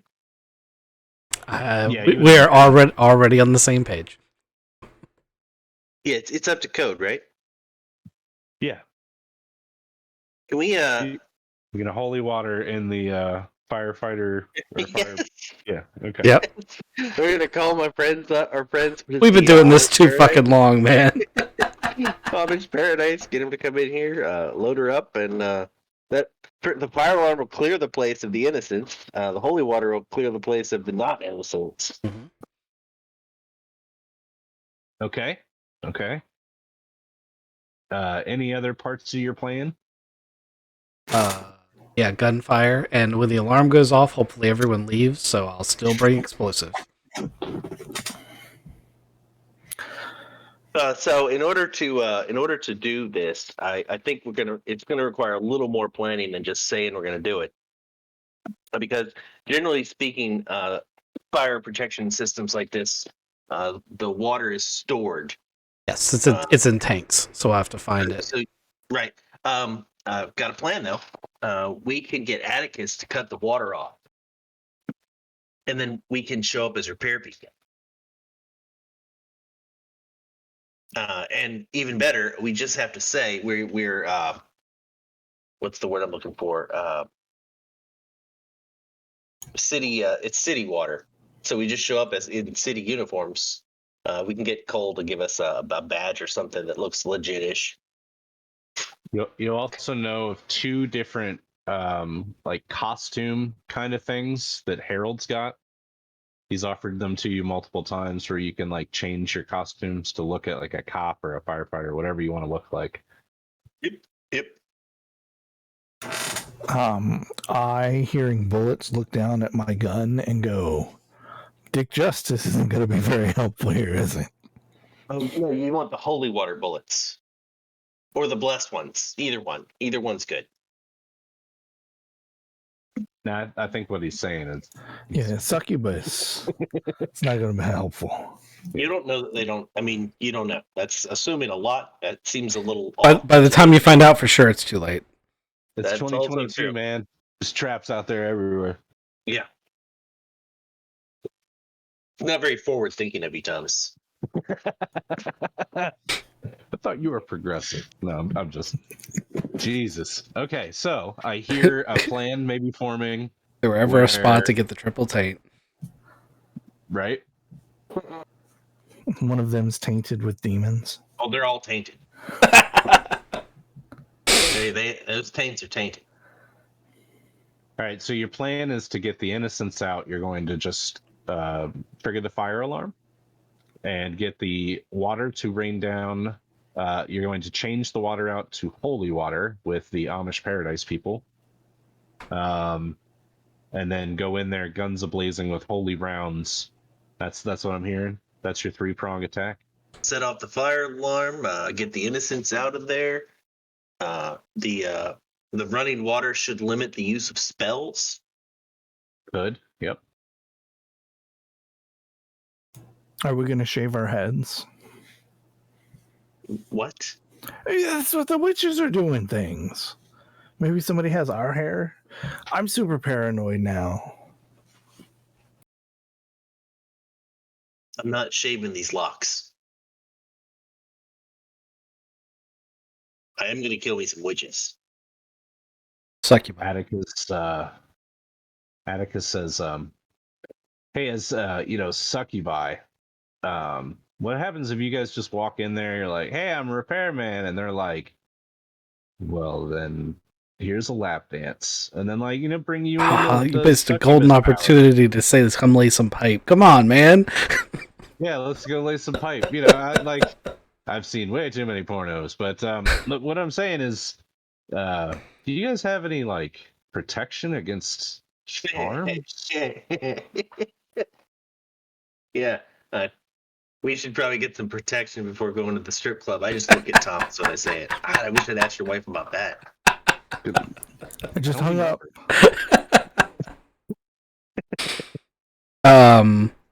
I don't think the repair people are going to walk in through the front door. Maintenance areas are usually in the back.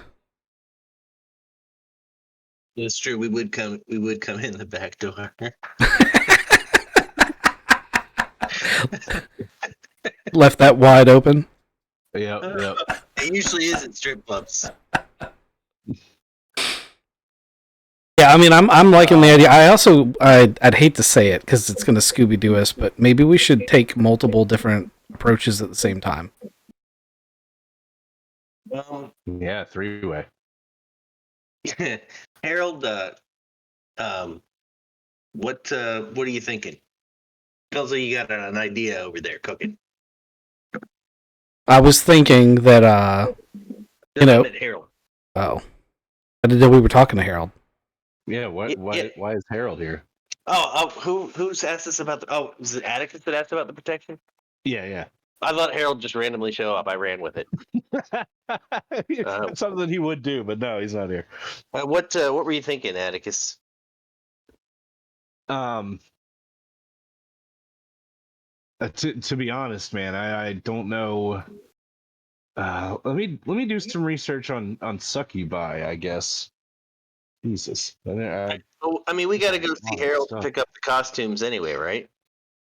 Yeah. All right. Well, we'll ask him. He's probably got something. We can also see if the ladies have an amulet or can make a potion or something that'll, make us succubus immune. Like anti-Viagra? Actually, that probably would work. Yeah. That sounds awful, but that would probably work. Let me do some research here. See, if we just jam Novocaine in our dicks. No, stop talking. Jesus. I'm just saying, if we did that, that would. We just figured out how to defeat succubus. According to the Malleus Maleficarum, or the witch's hammer, succubi collect semen from men they seduce. Right? Yeah. Yeah, so like don't let again, them do Novocaine in the dick and done. I'm sure Harold has a better solution. I'm just saying it's an option. Getting in the car. I'm getting in the car with him.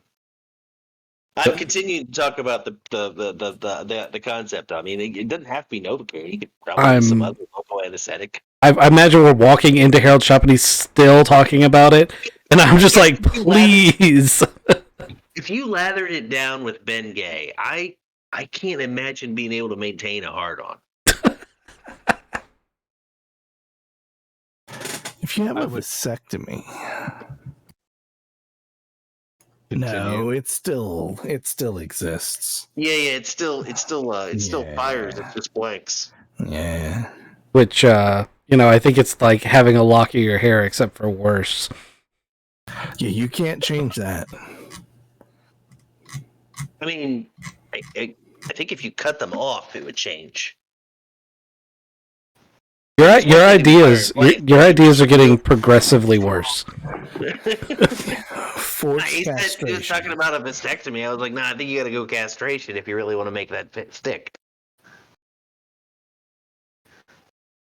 All right, so you pull up to Need Stuff, Harold's junk shop, and you pull up outside.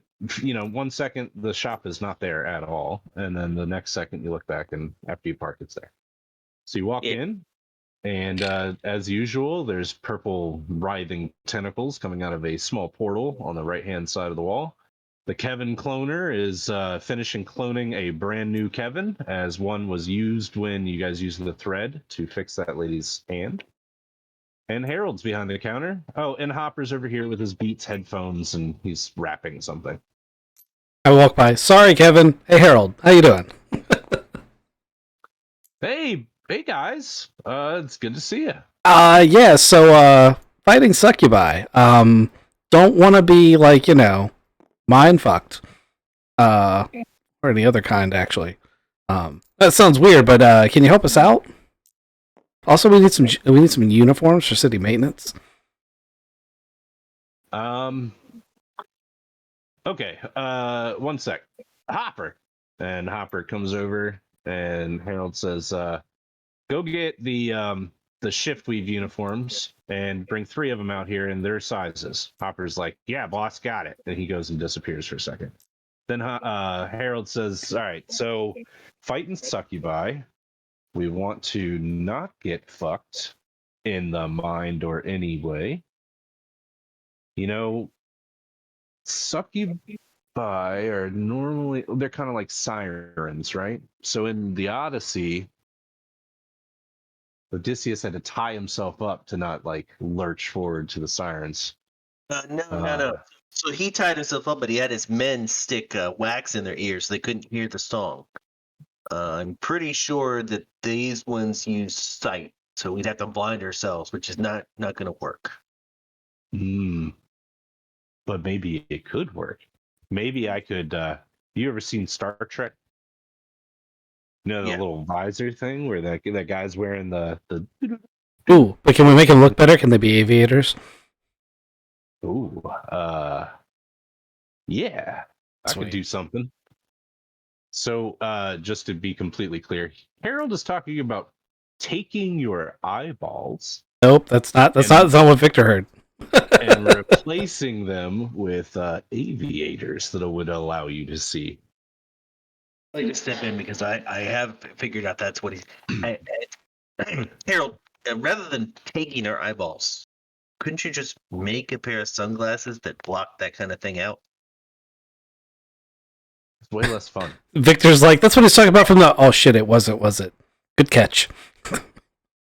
Yeah, no, Yeah, Harold, we don't want to give up our eyes because eventually we want to take the sunglasses off, and then we wouldn't, have eyes. Yeah, I get you. At this point, Hopper comes back. He's got the 3 different looking, like on one hook, he's got a cop uniform. On another hook, it's 2 completely different uniforms. And he goes, "Here we go, maintenance uniforms, right?" Yeah, that would be cool. Also, and I look at Malcolm. I was like, what about 1 or 2 of us going to do the maintenance thing, and then like a firefighter who comes in through the front? He would have a reason to be carrying a really big hammer. That's fair. And we'd have to have the fire alarm go off at that time. But yeah, Sure, yeah. I think we could probably arrange that. If only we still had that fire truck. I mean, I could get a fire truck. This is sounding like a plan. You still have the old fire truck. We do. Hopper's got it. We do?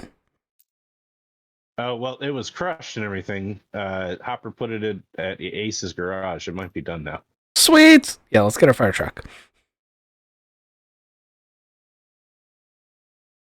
It seems like you guys have done this plan a couple times. Yeah. So we need to get to the Amish Paradise guys when we get the fire truck and get that tank blessed. And then one of us will need to take one of the Amish Paradise guys in there to bless the other tank and then trigger the alarm. And then the rest of the team will respond as firefighters. Actually, we might be able to just tie the fire truck into the buildings. But most of the fire. Just bypass the tanks. Yes. That's a really good idea. I know. Well, it would decrease our setup. It would mean we didn't actually need to go into the building until we were ready.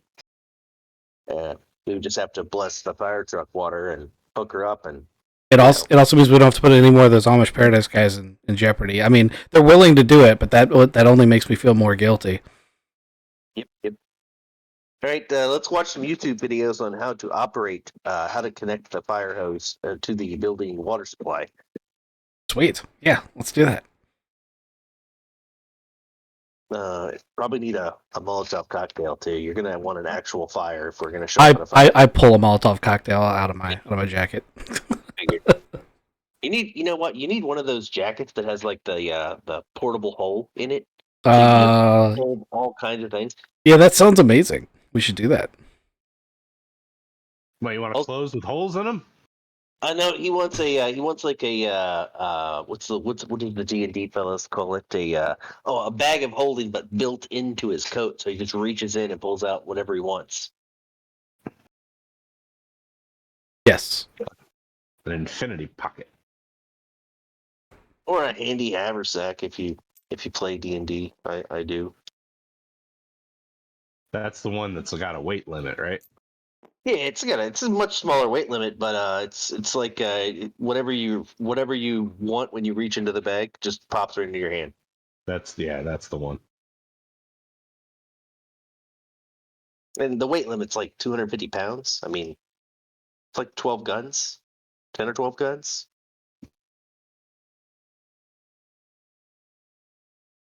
That'd be pretty cool. It'd make you into like a video game character where you could just pull out all your weapons. Have a radial of weaponry. Yeah. Metal detectors without setting them off because pretty much you're not actually carrying it. It's in an extra dimensional space that you have a portal to in your coat. Of course, an anti-magic field would then cause you to be completely unarmed. So there's that. That could happen. Also, every time you reach in and pull a gun out, Kevin dies. We're okay with that. I'm pretty sure we've established we don't care about the Kevins. If anything, I'm looking for excuses to kill more of them. It amuses me. Somewhere there's a hell full of cloned Kevins. Yeah. Who really, really don't like us. No. That's just it. The Kevins don't care. It's the devil there that's pissed. Because he's trying to torment them, and they're like, "Hey, how you doing? Can I do anything for you? Yeah. Hello, How can I help you? how can I help you today? Oh, you want me to die? Sure. I already did." All right, so Victor, you want to give your coat over to Harold real quick so you can do some sort of infinity pocket? Yeah, sure. We'll take a risk. So he puts it on the inside breast pocket of your trench coat. Sews in a little black, like, handkerchief pocket. All right, this is looking good, sharp. And he hands you back the coat, and he says, "I'm really glad that I can help you guys out." Really glad you were able to help too, Harold. I'm sure this will never have any bad repercussions. Nah, you know me. Do I ever? So I feel like we've had lots of adventures together. It's true. Thomas, you're back in here for the second time, and you see like a composite shield thing that was here last time. There's a bunch of shit here. I think that you asked them for a bow last time they were here, and they didn't give it to you. I mean, I got a bow tie, and then I came back and I got a sword, and I used that sword to mess up that giant demon minotaur guy. So I got a sword, I got some armor. I mean, if that shield is speaking out to me, I'm interested in that shield. That's going to be tough to try to sneak by as we're being maintenance guys. That's true. That's true. That's what tool bags are for, buddy. It sounds like we're skipping the maintenance guy's part and heading straight to the firefighter part. I'm just saying that's what tool bags are for. I have tool bags in my shop that would hold a shield. That's Maybe a couple. also true. I mean, yeah, anyone's got to carry like a ladder is going to have yeah, they're going to have tons of stuff. Yeah, is there anything special about that shield, Mr. Harold? Special about it, it's a lightweight composite metal alloy, maybe. I don't know. It's really, it's quite light. So he'll take it down off the wall and hand it to you. And then he's like, I just I pick up things along the way. It's not magical or anything. It's just a pretty sweet shield. Yeah, it feels good in my arm. I do some like link poses. Yeah. As I spin around. So it could strap to you like a buckler, or you can hold it, and it's super lightweight. But like he says, it's a metal composite, so could probably stop a few bullets. Nice. Thank you. I mean, unless you want me to pay you something for it. Nah, you guys. I don't know if you. Well, we talked about this. You gave me all the hell gold that was down in Detroit. Yep. So I've been transferring that slowly to well, the Bitcoin. So I'm not doing too hot on the transfer rate, but hey, it is a hell of a way to launder some money. Glad it's working for you, Harold. I was thinking about you when we did that. When you did what? We grabbed the money. Oh yeah. Well, see, you guys are up. A couple 100,000 already. If you need it, it's there. Hey, Harold, interesting question. Do you know anything about the board of directors at St. Andrews? Funny you ask. Why? They contact you? They did. They wanted to invite the three of us to join to become a member. What, like go golfing with them? They're a bunch of. Go ahead. They said that they are good guys and they want to kind of be allies, and they knew that we were taking out the Diablos. Like, I don't know a lot about them, and you know a lot of things. I thought I'd ask. Yeah, they run the hospital. They do some other things around the town, but they've been implanted here for a long, long time. And it's not just here. They're in a lot of the major cities around the world. Did he tell you what they do? They kind of like keep things secret. Yeah, and that's one of their goals. He said of other things, but I don't. He also didn't want to tell me a lot of things. I don't know. It's a kind of an open invitation. If we say yeah, we want to go, we can go look at it and figure out some more stuff. But I don't know. I mean, I'm to be frank, they're well, I'm Harold, but you know Frank. Anyway, it's a bunch of humans. They kind of do human size stuff. If I'm saying that correctly, they're I think they're in a little bit over their heads for the most part, but they've done a good job keeping things secret for a long time. So maybe they got a good method.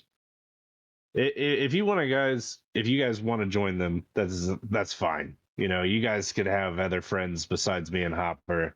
I'm not gonna get upset about that at all. I'd like to point out that this is the first time that I think this has been mentioned in front of Redicus and Malcolm. I told Redicus this morning at 6:30. You tell me about. No, I don't think you did. You showed up at the door. I said, "Hey, there's a thing going on." You said, "Hey, let's walk in." I think he'd send you a text at the end of his scene that you didn't get until, I don't know if we ever discussed it. I was on the phone. Yeah. Also, hey guys, you want to join a secret society of humans? How about we put a fork in that? What?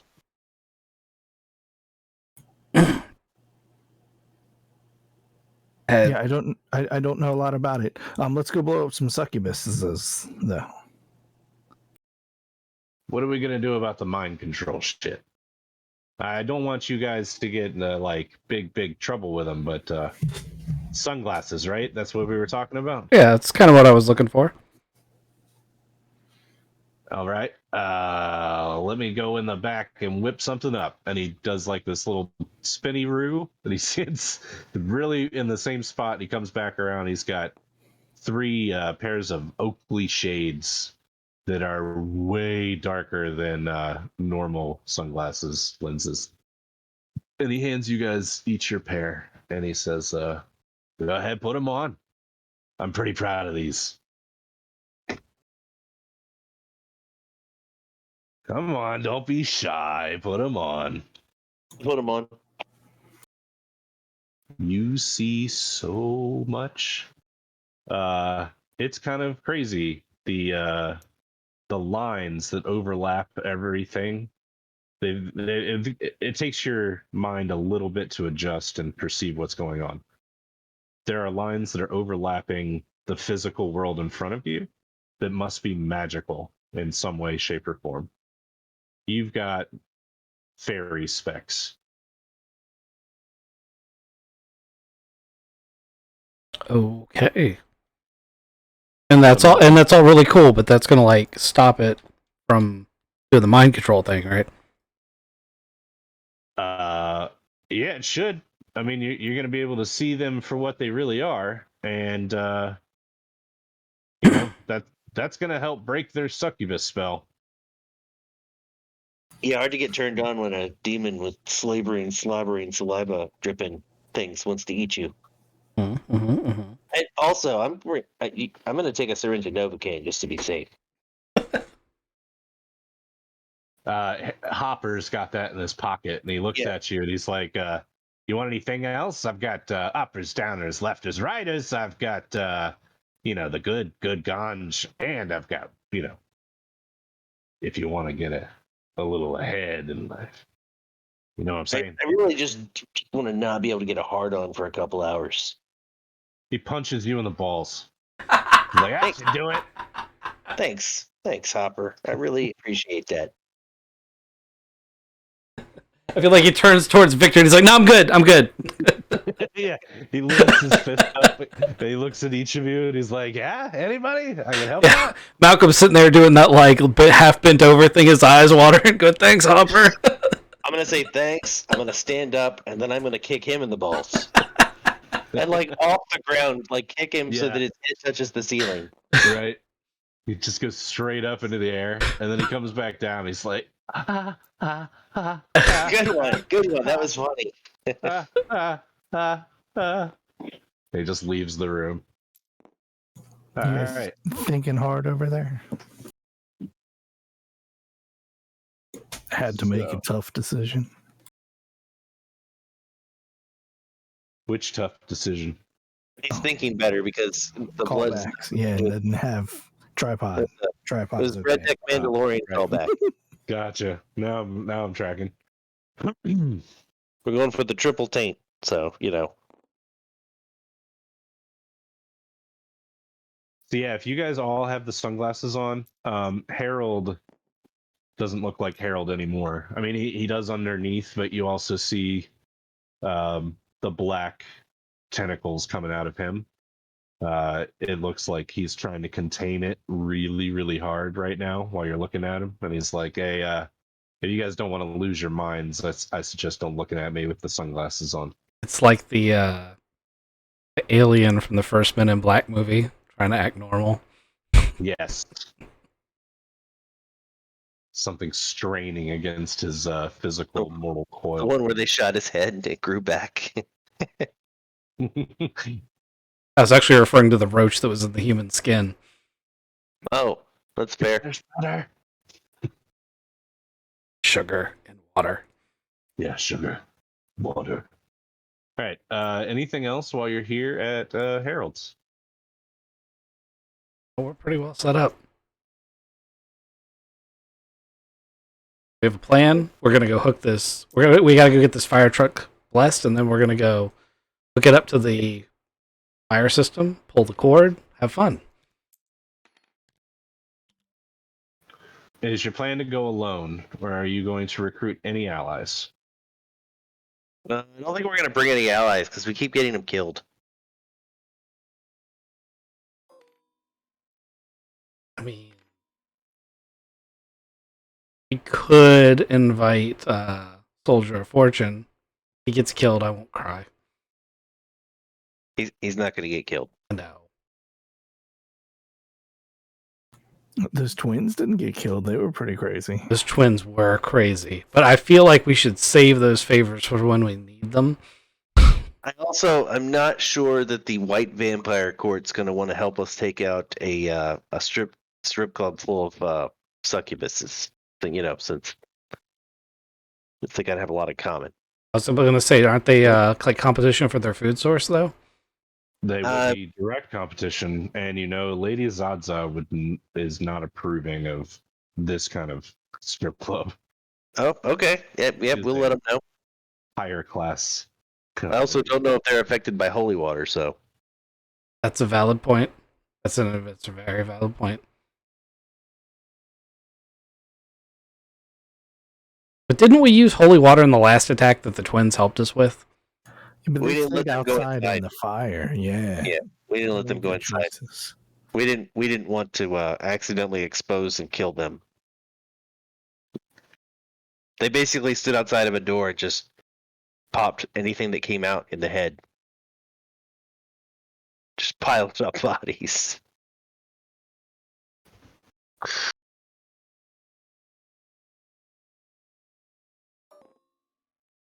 All right, so is your next stop like Ace's garage to pick up the Yep. fire truck? Sure is. We're gonna Yeah. we're gonna meet our Amish Paradise people there. Get this all set up, all blessed. Have a little ritual. Well, while we're doing that, I'd like to watch videos on or get somebody to watch videos on. I'll get Atticus to help me. How to's on how to hook the water up to the System. Yeah, I thought we already did. system. Yeah. I didn't know if we'd already done it. I wanted to make sure it was done. Yeah, that's a good point. We gotta make sure we call it out. But we kind of rehearse what we're gonna do, how we're gonna do it.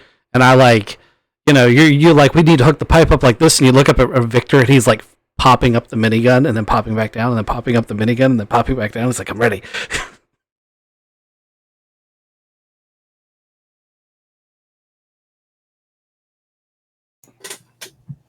Right. Thomas is doing that with the glasses going, like shaking his head, trying to figure out how reality with these glasses work.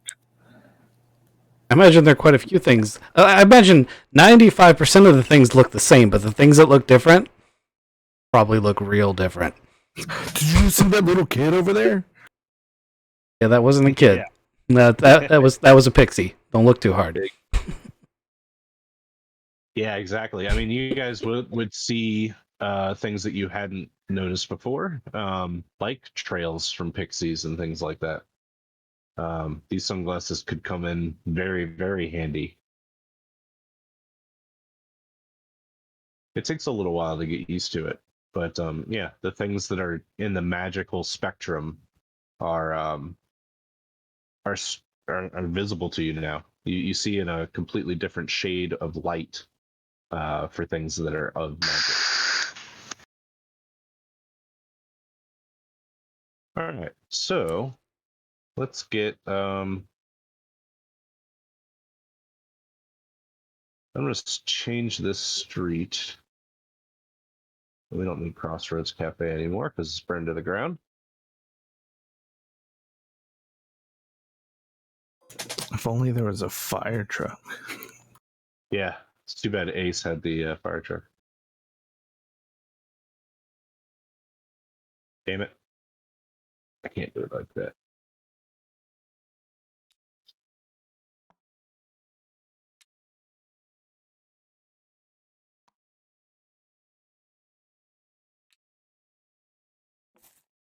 Yeah.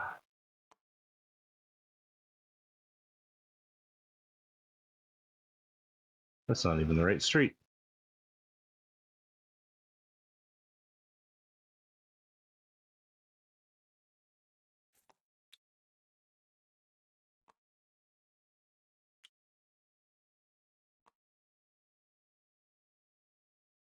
All right, so you guys are rolling up with the fire truck to Purgatory, the strip club in, well, it's the top part of Lowtown.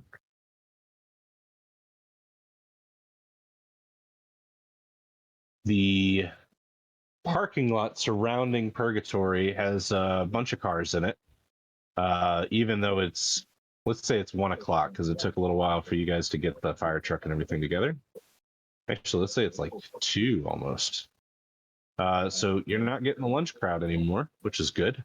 But there's a police car parked in the parking lot of Purgatory, as well as a couple motorcycles. You know,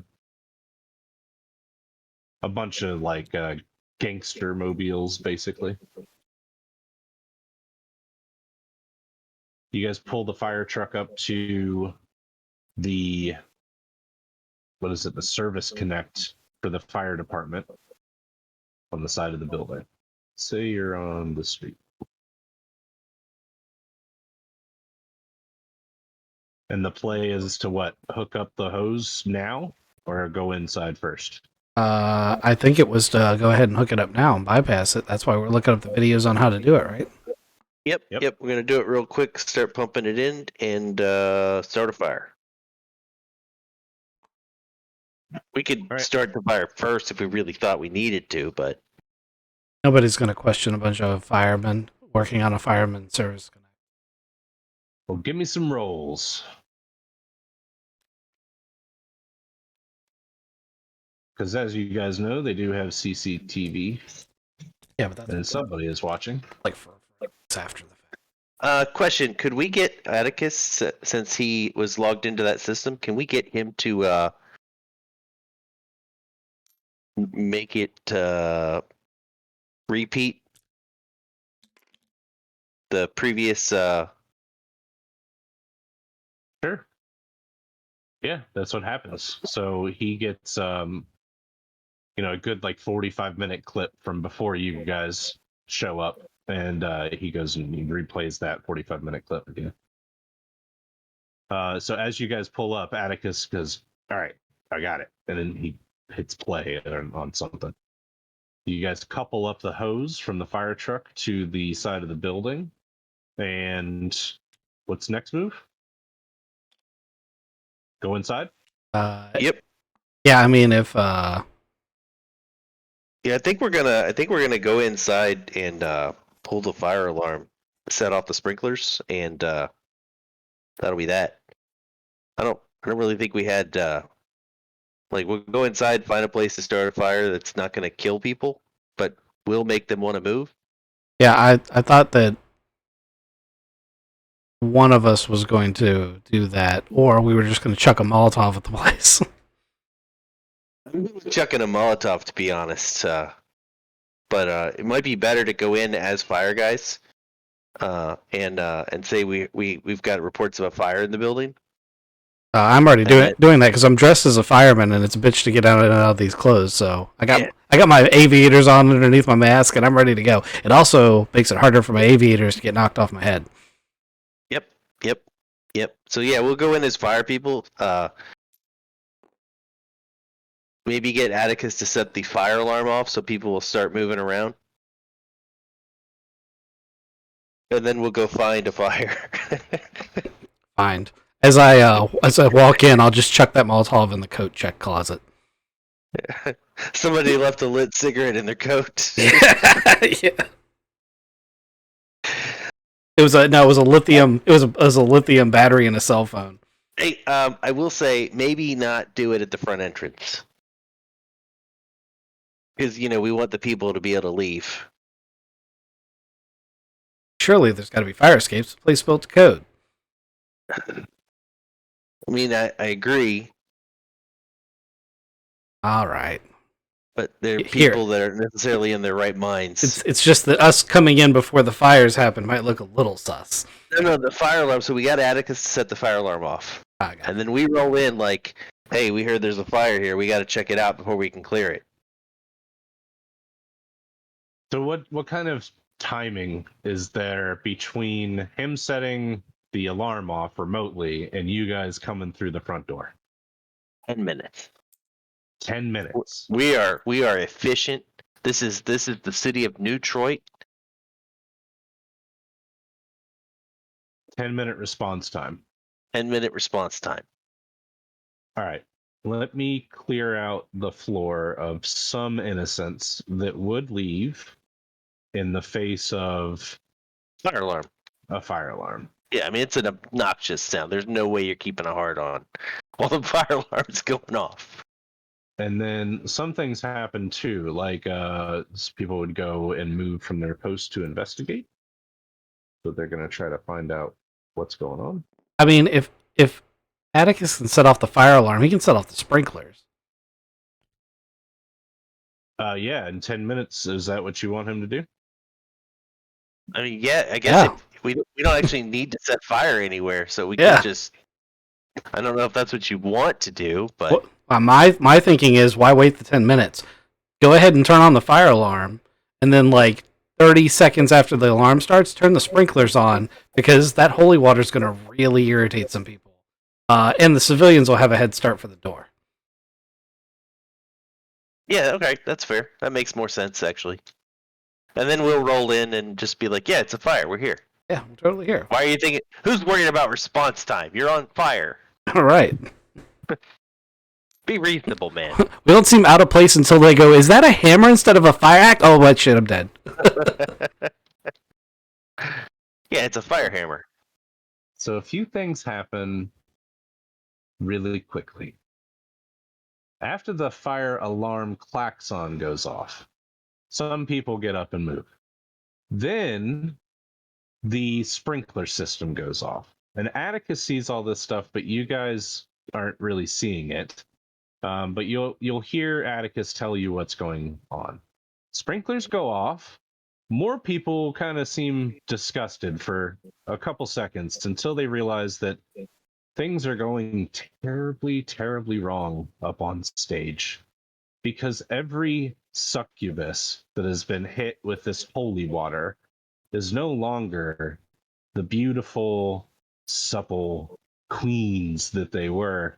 They are now these, or transforming into these black goat creatures God, that is hideous. right here on stage. And everywhere there was a succubus. Harry Buttocks is Because like, there's- I'd do it. He would. He's not leaving. He's Yeah. he's like he's pulling out wads of dollar bills. Yeah.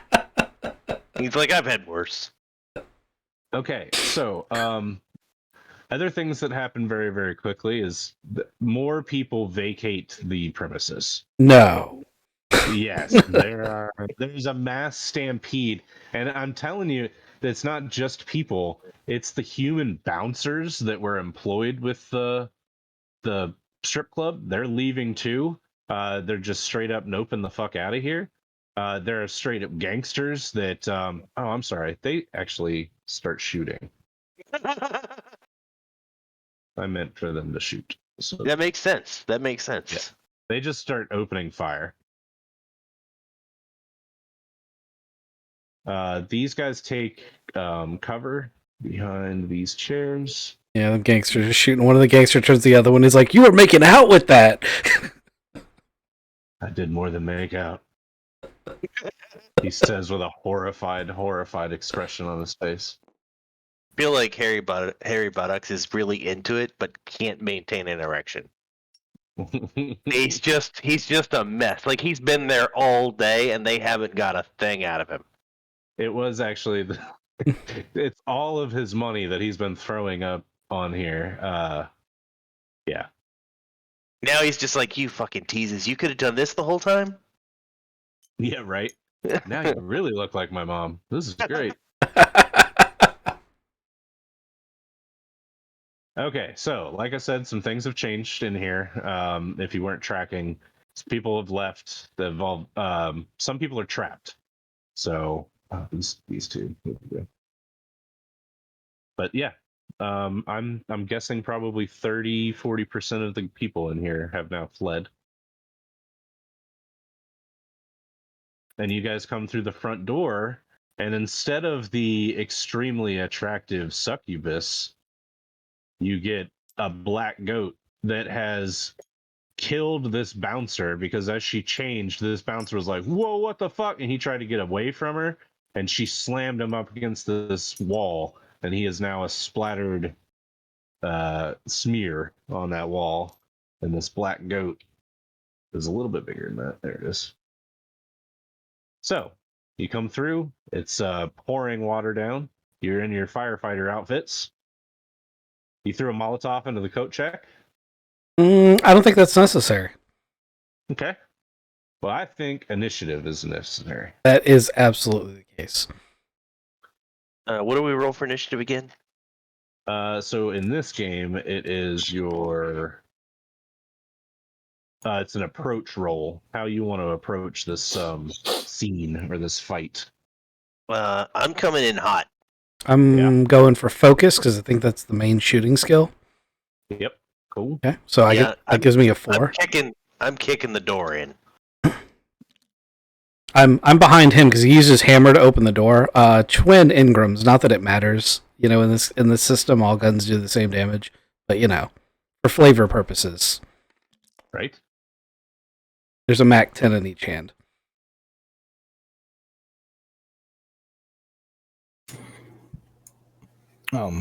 I look down and I've got my sword and shield out, so I'm coming in with force.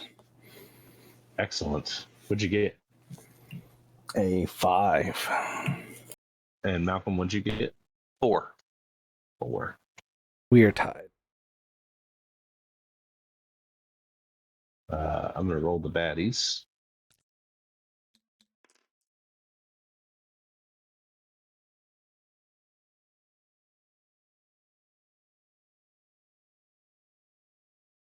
Soldier of Fortune's not here, and the NPCs are gonna go last. So I'll put Thomas up top. And then it's Malcolm, Redicus, and the baddies. I got 4. Thomas had 5, I thought. Yeah. So Thomas is first, and then Okay. Malcolm, then Redicus.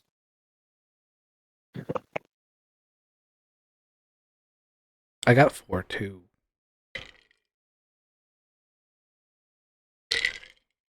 I think you guys can swap if you want. It won't matter. I'm going to follow Malcolm in and basically try to take advantage of the fact that he's got a shield. And fire over. Thomas? But yeah, sorry, Thomas. And just fire over his shoulder. Well, Thomas, is that what your plan is, to go tank this black goat? Yeah, I'm gonna try to slice it. I've got a sword and a shield that I haven't ever used before. I watched Malcolm kick a door in, and he was boom, just kicked in real fast and screaming and looking around. And I go, "Just a second, excuse me, sir." And I slip past him, and the sword is cool, and I slice. I try to gut the black goat just right in the belly. I hit it for 2. You mean you got a 2? Correct. It will oppose you. And no, it will not. So you hit it for a shift of 2. Pretty fair hit. Excellent work, sir. So, the blade slices across the black goat's stomach, and black Icarus blood starts gushing out of its tummy there.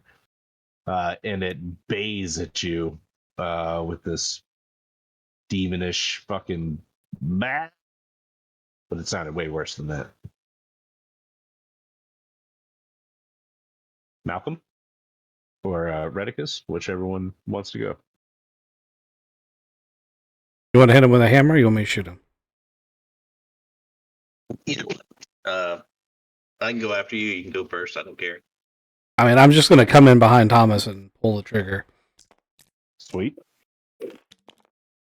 Okay, so that's going to be 7. Oh, okay. Oops, wait a minute. 6. It's a focus roll, not a 6. All right. So it's a very, very damaging shot. Where do you want it to be placed on its body? Torso, but it's a spray of bullets, so it's many bullets. It's not a it's not a precision thing. It's more a volume thing. So blat blat blat blat blat. The black goat gets kind of peppered, and it takes multiple steps back as it stumbles away from the front desk. Bullets riddling into it. Now, as a bullet hit, does it have like black blood or red blood or whatever? So it's got black blood, but what's happening is the holy bullets that you're firing into it is necrotizing the skin around it, and reacting in a way that it like, it is on fire, basically. That's awesome. That's kind of what I was going. Yeah, so the blood is boiling. It's so fucking hot. Malcolm. So yeah, I'm gonna step up next to O'Malley, and I'm gonna try to put this thing through the wall with my hammer. All right. Batter's up. I will be using my enhanced strength, and this is a demon, correct? It is.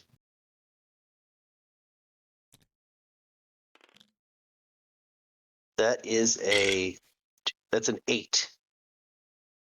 Oh boy. All right. Well, it dies. How do you want it to go down? Wall.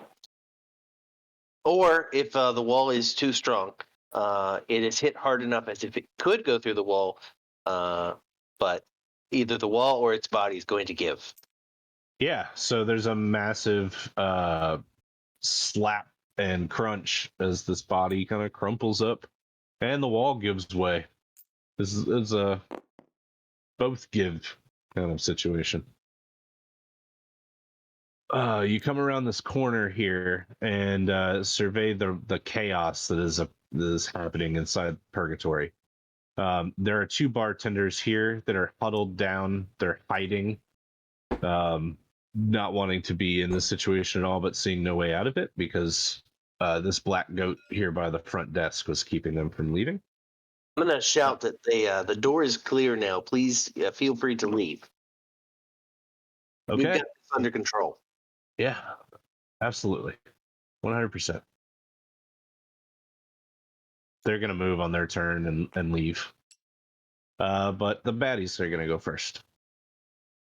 And in immense pain from the falling holy water and unable to really contain themselves in the form that they want to be in, these black goat succubuses react poorly.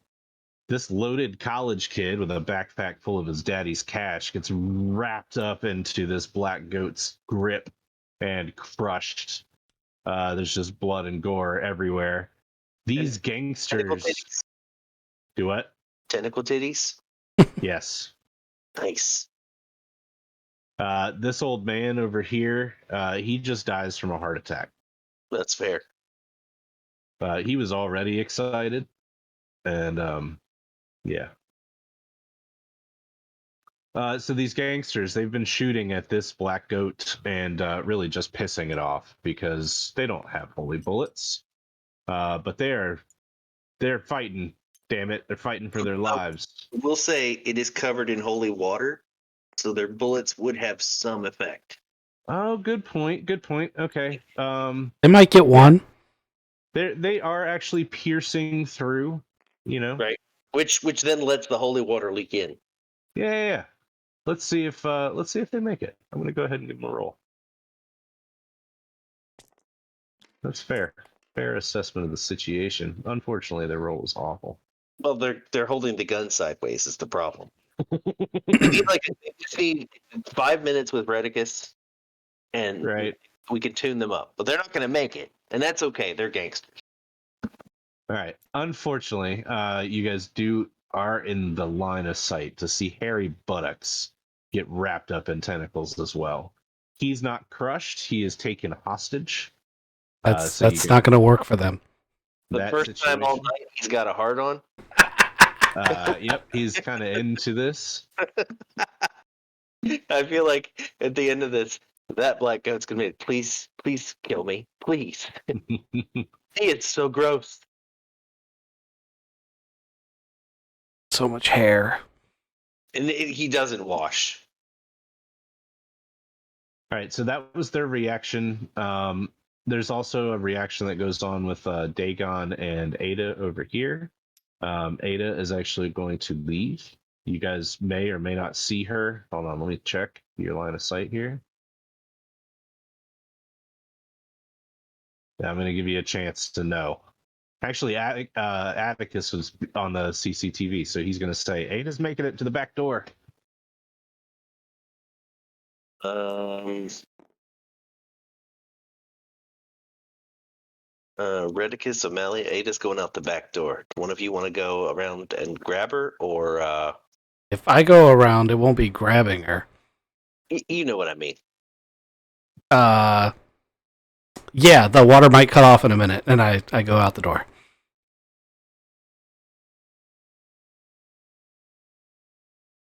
All right. Thomas. Damn, I wish Hopper were here. I asked if you guys wanted anybody else. You did. Yeah, you did. Keep getting him killed. I didn't want to get anybody killed. I mean, I get that. I get that. Do you want to retcon and say that you've got somebody to watch the back doors? I want someone. I want someone to drive the fire truck. I wouldn't mind having the Soldier of Fortune show up at the back door just to cut off her escape. I think that's the only person we're willing to call that we don't think he can die, and we don't really care. He does. That's valid. If that's gonna happen, though, I'm not gonna do it because what I was gonna do was go take off with the fire truck still attached. Runner. Yeah, just run her over.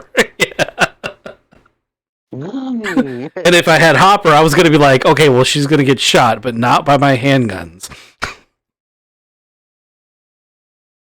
I'm good with either one of those three things happening, or all of them.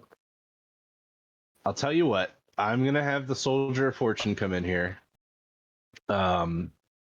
because that's going to advance a second storyline that I've got going on. So that'll make sense. Always nice when that happens. Yep. By the way, so the holy water's not made her look like a goat. Oops. I don't know if I should have done that. Sorry. I don't know what button you hit, but you hit it hard. Yeah. Ada is not a goat. Good, that's good. Does she look like an old woman?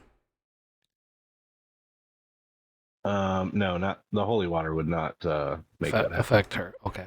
What about the fairy specs? The fairy specs, yes, you would see her as a old, really old lady. Like a hag. Yeah. Like a ghoul from Fallout. Yeah, probably. Yeah. Is she a hag?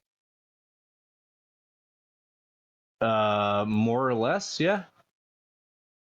The Dresden world kind of hag. Kind of looks like this, maybe. We'll pull her over here without the mace. So bald, extremely emaciated, muscle and tendon just stretched out. I'd rather her in the cat suit, you know what I'm saying? I'm good with that too. So anyway, yeah, she starts bolting for the back door, or the side door here by the back bar. And right before she opens it, the Soldier of Fortune kicks it through and steps through with the lightsaber sparked out. And he looks at her and he says, going somewhere? I didn't think so. And he kicks her in the chest. She flies backwards into the bar. He's the best. I'm gonna When's he add gonna him. start showing? When's he gonna start throwing dollar rings? Dollar rings? Yeah. That'd be pretty fucking cool. I think they would just be like silver dollars that are like super fast. And sharp. People with them. Razor And edges. sharp, yeah. Razor edged silver dollars. Screaming eagles is what he calls them. Nice. All right. Sorry, I think it's Thomas's turn. Yeah, I turned a corner, watching a lady get away, but seeing some crazy succubuses. Can we jump over these benches, or we got to walk to the doorway first? Yeah, you can jump over those. So I was trying to say that like that was like a little sunken area. So really, it's a little bit lower in a pit. So you can just straight jump over there. Nice. Then I can make it to the first black boat. Yeah, you can get to that goat. Yeah, It just so crushed this college kid. yeah. I see it's like leaning. Consider they're a little bit higher up, and I'm going to try to like cut its Achilles tendon. Oh, okay. Using force, and that lets me use my anatomical knowledge for a little bonus action. Nice. But I'm going to roll terribly and get a 4. All right. Well, it's gonna oppose it simply by trying to like lift its foot up off the stage. It is a dancer at one point or another, and I just rolled 4 pluses, so it's gonna straight up dodge that. And you know what? It's gonna throw this loaded college kid's body at you. How do you want to react to a body come flying at you? I want to hit it with my shield. All right. Yeah. So, bag of wet meat collides with your shield and then hits the ground. He was probably about 150 pounds, so that wasn't comfortable to take that hit. You want to do anything else with your turn? I try to slice her. I assume she's off balance, and the next person gets a little bonus attacking her for a plus to plus, or is this a 0 mediocre thing? Right? I had a 4. She Yeah. had a 4. Oh, you had a 4 too? Correct. Oh, I thought you rolled negatives. I'm sorry. I rolled -2. I've got a 4 in that, and I got a +2 for knowing that I could hit her Achilles. Tracking. Okay. All right. Yeah. I would say that. Yeah, she's a little off balance. Her hooves are not designed to walk on glass tiles like this. She's crushed her 5-inch stilettos with her hooves, Right. Yeah. Exactly. still strapped to her ankles.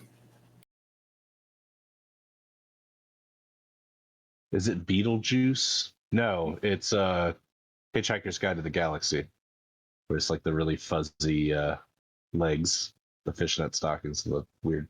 Never mind. Anyway, Malcolm's turn or Redicus's turn. One of you two. You can shoot if you want, Redicus.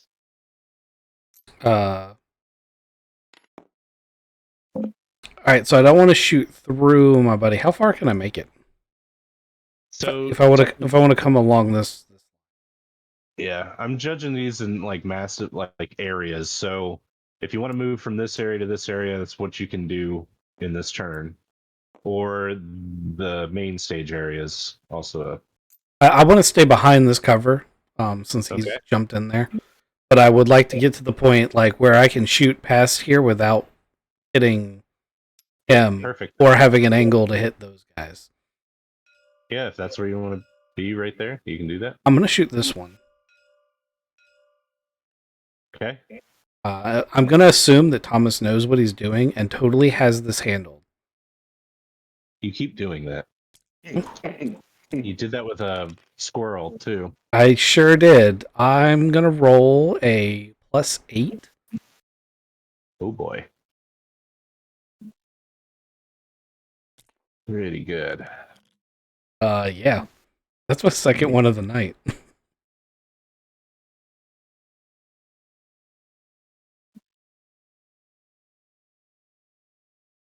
All right. So the gangster soldier guys over here, they kind of started what you finished. So it's gonna die. How do you want that to go down? It's kind of like a saw made out of bullets. It just kind of shears it in half. Oof, okay. Messy.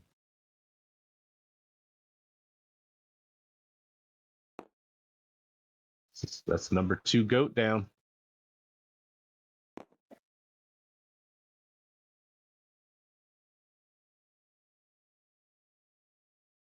All right, Malcolm, I think you're next.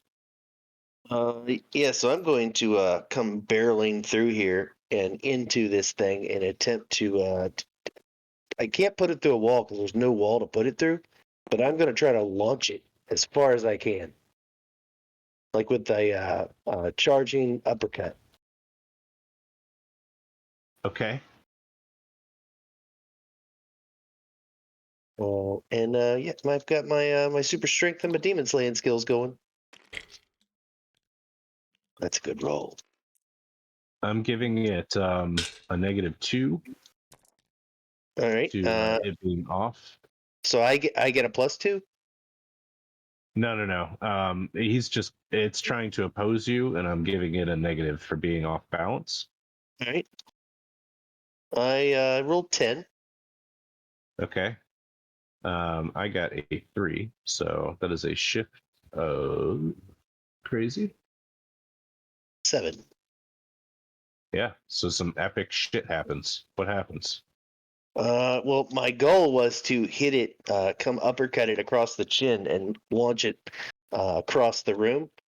But if it's dead, its head came off instead of the whole body going. Just the head gets launched across the room. If Okay, it is so not it's dead, not yeah, going to be dead. So where do you want its body to end up? Somewhere over here? yes, like hitting the corner, like square, and like just slouching down. Like what the fuck? All right. So as it hits this corner, you hear something behind the wall breaking and shattering too. Wall doesn't quite go down, but you do hear some breaking behind it. Probably not important. Bookshelf or something, maybe. Yeah, Yeah. or this No. magical circle back. Yeah, I was about to say it's this magical mirror that's a gateway to hell or something. Yeah. No big deal. No big Yeah. deal. You have no precedence for breaking this. Yeah. It's like 7 years of good luck if you do it right. That's what it is. That's what I heard. All right, so that all 3 of you have now gone. Mm-hmm. Yep, All right. yep. Baddie reactions. All right, this one's gonna stand up. We're gonna start with this one, and it's gonna fucking roar. It's injured, man. Like you definitely broke it. Roar back. So it actually comes over here and grabs this guy and just fucking breaks him in half in front of his little wife. Just fucking kills him. And in so doing, it like absorbs some life from him. You see it through the glasses that it just used the life force from that guy to gain some. All right, so this black goat grabs Harry and takes him as its prisoner back this way.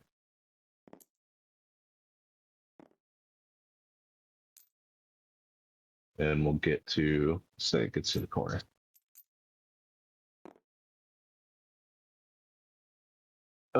This one's going to hop off the stage and start running this way. This mook is going to start shooting. He gets on top of this couch. And he's going to shoot at Victor. Victor, I assume you're going to oppose him. I am. What kind of approach are you taking to oppose his? He's focused on you. I'm going to use my intelligence. I'm gonna flip up my couch and I'm gonna hide behind it. He Ooh. pulls his coat inside out and uses it like an infinite shield. That's no, I'm not. Right. But I'm going to basically do the trick I did when we were in the birthday party for the kid, where I'm going to basically be like, you can't see behind this thing, so I'm going to move these things that you're shooting at, make it harder for him. It's not that they're bulletproof; it's that he doesn't know where I am behind it. Yep. Tat tat tat tat. you know, holes come through the couch, but nowhere close to you, I don't think. It's a 4. Yeah, I got a -1. So, yep, they go all over the place and nowhere close to you. So that's the mook. This black goat's got him dead, sucked his life up. Okay, this one in the corner starts fucking going crazy, just destroying these ladies back here. It's a bloodbath. This mook, he's going to move to the edge of this main stage. He's going to shoot at Victor too. You're right there. I don't think you have anything to worry about though, because they're mooks.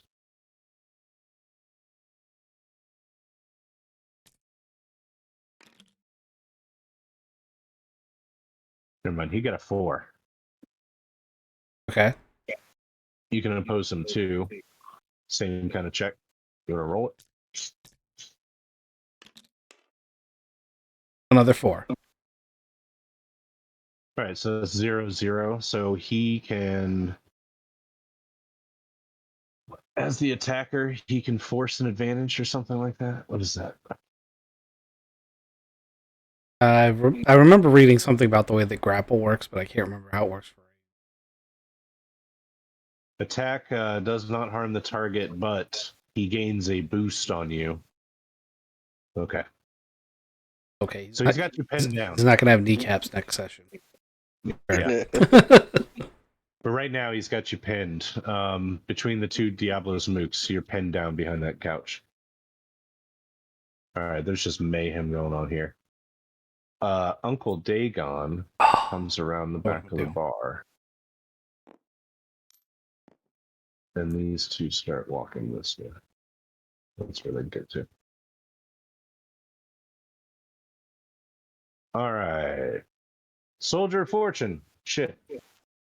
He walks in and he grabs Ada by the hair and he's like, "Nice hair, bitch." And he comes over here and slams her face into the bar. And she gets pummeled out cold. And the Soldier of Fortune sits down with her slumped up against the bar. And that's what he does this turn. What about the gangsters? Oh yeah, good point. Glad you guys are telling me. I would have forgotten about that. I also want to know what the deal with this guy is. Nope. He is sitting there very, very calmly with his drink. He's just sitting there on the corner of the bar. Just enjoying the show? He's not even looking.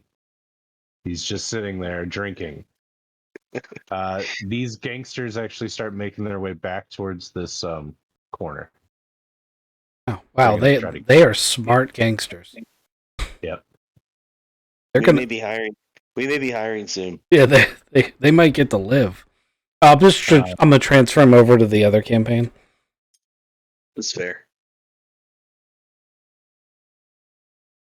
So they grab the DJ out of the DJ booth, and they grab this door. They're about to bounce with the bouncer. All right, cool. That's everything. We're gonna start at the top of the round with Thomas, but hold on one second because I'm gonna go grab a drink.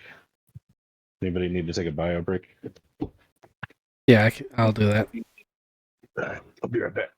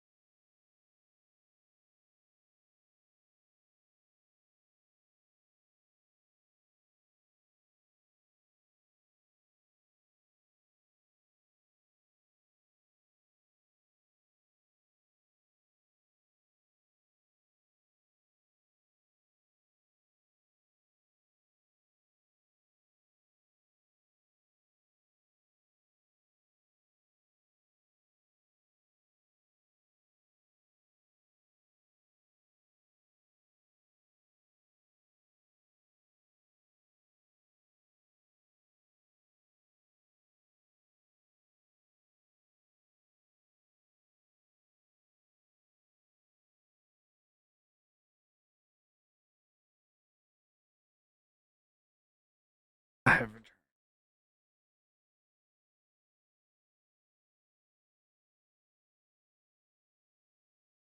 I have also returned. Thomas, kill the thing. I forgot to put the badass. And I haven't run music. Shame. Oh, I have strip club music if you want to play that. No. No, and I don't want to play anything off that list that I haven't already had a license for. No, it's off this MP3 player, so I'm sure it's good to go. Considering the fact that what my strike for my Twitch thing was from the radio in Fallout, I do not take anything like that for granted. Everything I play has the license. Makes sense. Kill him, Thomas. Yeah, I got one that's coming right towards me, right? Mm-hmm. I got a shield up. I got a sword out. Looks like I'm just going to go shield, sword right on top of the shield, kind of bracing myself, hoping that he impales himself on the sword. Are you still in firefighter garb? Yes. Sorry, I should have I asked. was about to say, would we strip in the middle of the fight? I mean, there's strip music going on. Yeah, the strip club. Yeah. I was actually debating on trying to do that and distract them, you know? It turns out we're the entertainment. Yeah. Are those guns? Yep. It's the gun show. It's a gun show. No, they're magical outfits that you could change on at will. Yeah. Are you packing heat or happy to see me? Yes. That's just Dick Justice right there, man.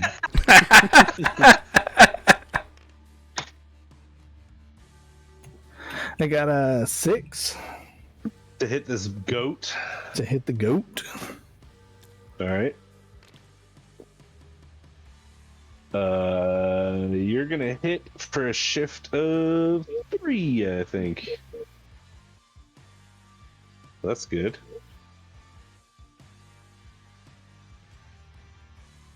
Where do you want to hit it? Right in the sternum. It lets out an angry bleat at you. Oh man. Hit right in the sternum, right between the nipples.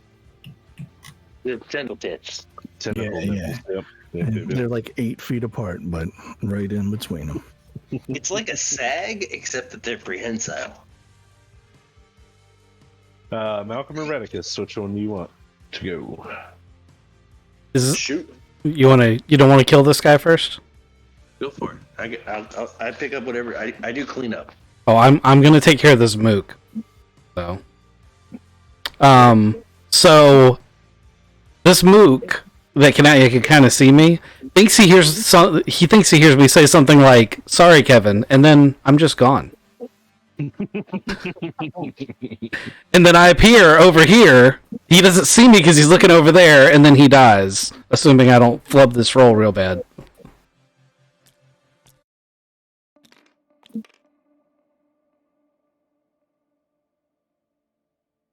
Does a 7 get the job done? The 7 absolutely gets the job done. So it goes exactly like you say. The real story here is that every time we do that, we send another Kevin to hell. Eventually, there will be a hell where Kevin is literally just hell. No, the Kevins are coming back as mooks. Harold's actual plan is to turn Kevin into a god. Man, you're giving me some good ideas. Actually, what I was really thinking was that in the Cthulhu game, at the end, there was going to be this massive battle that would require you guys to have an army, as a distraction for something big, and the whole army was just going to be clone Kevins. So maybe now it's just going to be an army of dead clone Kevins from hell.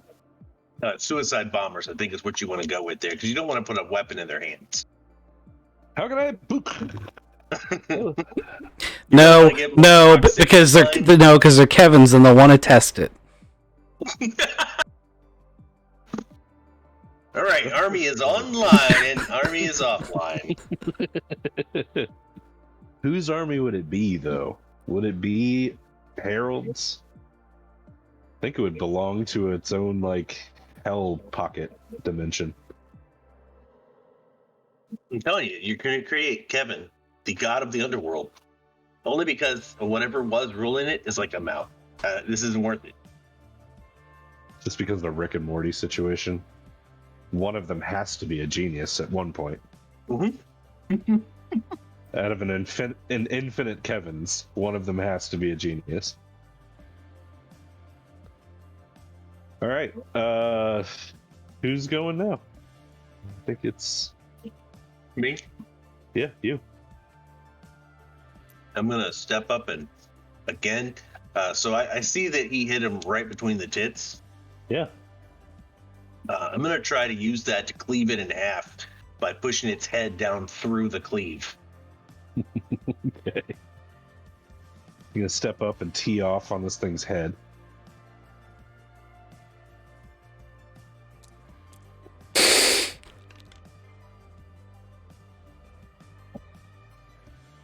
That is 8. It's beautiful. It's gonna oppose it.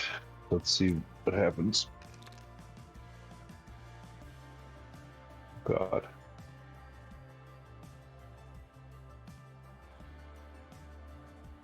All right, so that's a shift of 5. All right, so it's going to be a large damaging hit, but probably enough to cripple it at one point or another. I mean, it is imperiled, but not dead yet.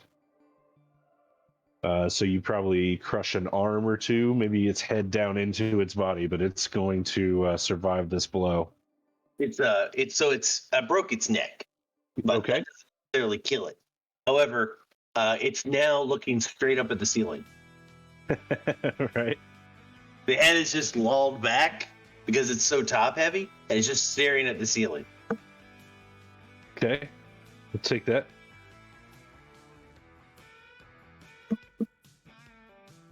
Even though it's looking up and reaching, looking up, it's going to reach out with its titty tentacles, and it's going to try to wrap you up in them. So it's going to make an attack for force on you. I'm going to oppose that with force. Okay, it got a 4. Okay, if I don't roll, I win. Well, you got to roll Damn it. because you can take some negatives. I know, that's what I'm saying. All right, that's 1, 6, 7. Okay. So it failed to wrap you up, and it's gonna try. Well, no, it can't try to back away now. It's engaged. So you guys will get a boost from this. That let's just say it's off balance again. We'll use that same rule set. So let's move on to the next one. All right, so the main thing. I'm gonna look at O'Malley and be like, you need to cut the head off. Cut the head the rest of the way off. I was about to say, are these two civilians actually standing there? No, now they're dead. This one has come over and just ripped them up, and this one ripped them up. So these two are now moving together. This thug moved out. This black goat is gonna bring hairy buttocks to the back. The champagne room? Oh no! Not hair! Oh wait, we don't care. They think you do. This one has killed and maimed a bunch back here. So this one's dead. This one's dead. This one's dead. Phil is a bag. Don't have to worry about him. It's starting to move. These people back here are just in fear. This guy died. Move him. So 3 of them are here facing off against Victor with a Mook and Uncle Dagon. So what's going to happen here is these black goats are going to form up to like a stance of power. They're on a line, and they're going to use each other's force to basically channel a spell at you, Victor. There's a lot of running water in here. Yeah, so they're going to take a negative to it, but basically what they're going to do is they're going to try to necrotize your heart tissue. They don't do it. All of these things happen, but they chant in like this like hellish speak, and they try to use the spell against you. You see it with your glasses. The spell forms between the 3 of them, but as they lash it out to attack you with it, it just doesn't make it to you. This Diablos Mooks, though, he starts shooting. He'll shoot at you with an actual gun. And do you want to oppose that? I do. Okay. I don't suppose I can oppose by shooting back. I don't. Because if you oppose a melee check, don't you get to hit them if you win? I think that you make like a bonus out of it. Yeah, I didn't get to do damage last round with my opposed check. So I'm gonna shoot back. I don't have to do damage, but that's how I want to oppose him, because you naturally put your head down when someone shoots at it. True. You use bullet time to shoot the bullets as he shoots them at you. Yes. Oh my god, that's even better. Although I don't think I'm gonna do it this time because that's only a +2. All right. Well, he only got a 1. So. Okay. Yeah, you shoot the bullets out of the air. Dagon, he's standing in the back here, kind of in an observational kind of mode. You get a look at him though while you're doing your bullet time. He's a pimp. He has these massive rings on all of his fingers, and he's carrying a gun that is in his belt, just plain to see. The man is he's got a cane in one hand, and he screams pimp to you in a very expensive suit. Okay. Okay. He laughs and says, "You come to my house to come threaten me and my people." And I'm going to give you a chance to reflex out of this, but a circle of brass poles erupts from the ground and tries to trap you in a circle. Is that a haste, focused, intellect? It would be a haste, because I'm trying. If you want to dodge out of the way, I think that's how this would go. +4 for haste. All right, sweet. Let's see if he gets you with it.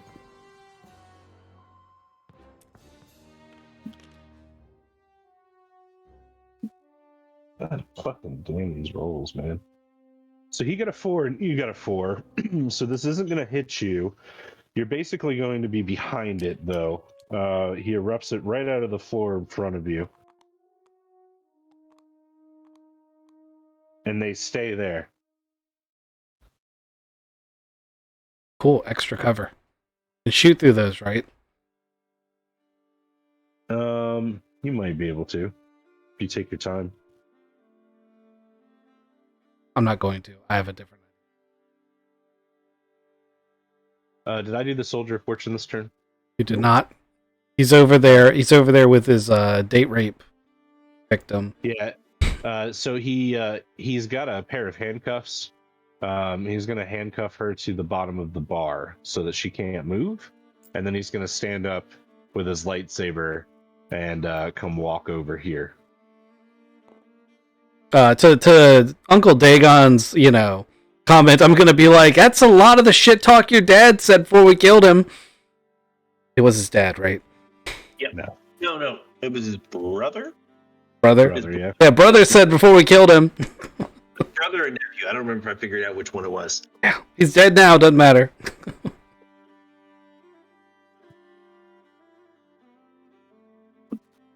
All right. Top of the round with Thomas. I try to cut this thing's head off. Pull my sword back. Zoom! Its head is kind of crushed down, so it's not. I know it's looking up at the ceiling, so I can just kind of reach in there and get it. Yeah, straight to the neck.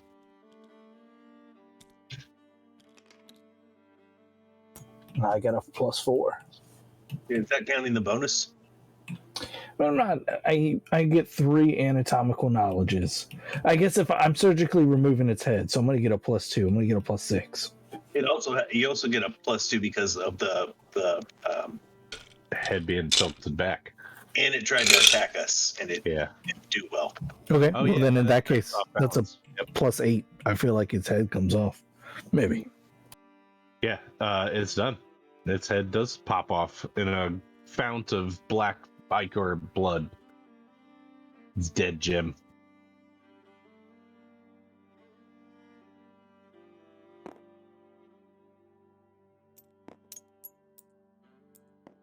It doesn't kick you on its way out.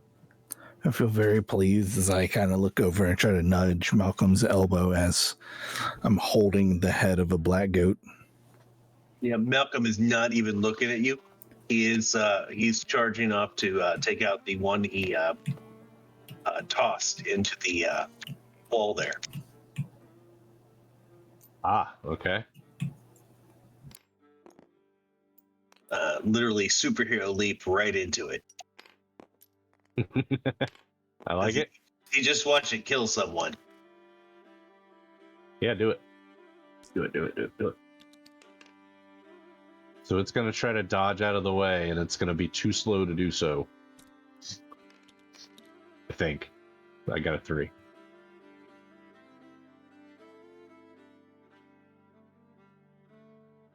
Six. All right. So with a shift of 3, you're going to hit it for 3. It's already gotten damaged and then healed itself a little bit, but yeah, you score a solid hit. You maybe break it against the side of the main stage as you collide with him and bear him down, or whatever it is. This girl next to you that her husband just died, she's screaming. I mean, I tell her uncontrollably. I tell her to run as I'm smashing this thing in the face and attempting to keep myself between it and her. Right. Yeah, she's in shock. She's just screaming. All right, Redicus. All right. Man, I wish I had a hand grenade. I did say I was going to bring explosives. Yeah, I bring some explosives. I totally did that. True. I'm going to prime some explosives and just chuck it at their feet and try to withdraw a little bit to get with my allies, keeping this cage between me and them. How much can I move if I do that? Can I get to the stage? This is a raised stage? That is a raised stage. Can I get to here and tuck behind it? Sure, I'll give you that. Okay. See if I do anything with my attack. Does a +4 do anything? So show me where on the map you show me where they touched you. Where are you gonna put it? I want to just throw it in the middle of them. I'm not trying to do a super big amount of damage, although anything I can get would be nice.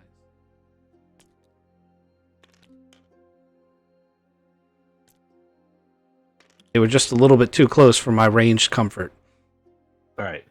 You blow the leg off of this black goat. Oh, it's shit. not dead, but it is straight up like it stepped on it as you threw it. It wasn't really paying attention to what you were throwing as it was trying to do its spell. It stepped on the grenade and it just fucking blew its leg off.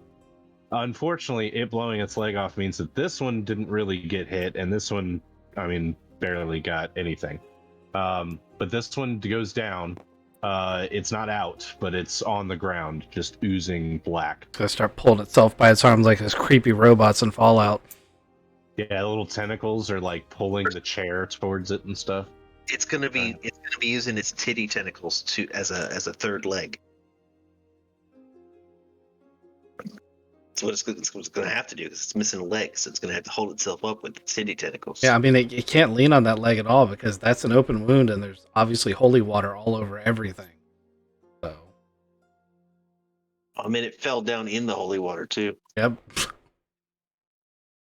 All right, so you're not really in a position to see this, but this mook, he rushes by Hex here, which you guys haven't been introduced. Hex has tripped him, and as this mook comes out, I don't know if anybody will be able to, you might be able to see this, Victor. He's headlong, sprawling out, and he clips the edge of this stage, and it breaks his neck. This mook is just dead. So from your standpoint, I don't know if you would have noticed that Hex tripped him, but that's what happened. I don't know that I necessarily would have seen him trip him, especially if I'm, ducking behind cover. I don't even know if I'd noticed that he was dead, really. I would definitely see him fall, though, because he would have been there and then he wasn't there anymore. Right. All right, so Soldier of Fortune was moving in on Uncle Dagon to kill him, and this mook stepped forward to stop him, and Soldier of Fortune has slashed him down. And in the meantime, this mook has come up behind the Soldier of Fortune. So this one's gonna die, but he's still got that one to contend with. So his back is to Dagon right now. Dagon is still focused on you guys. And this mook is going to start moving forward with these goats. Oh, sorry, this one no, because this one's bleeding. It can walk on its titty tentacles. Oh yeah, that's true. It's crawling on the ground between them. They're really trying to keep this line of 3. It's like some power stance that they've got. It'd be really hard for that one to concentrate with, without a leg. Yeah, that's very true. Throw more grenades. All right, this bartender has gotten out, and this one has. You guys saved some people. That's good. These guys are gonna leave. They got out. This guy got out.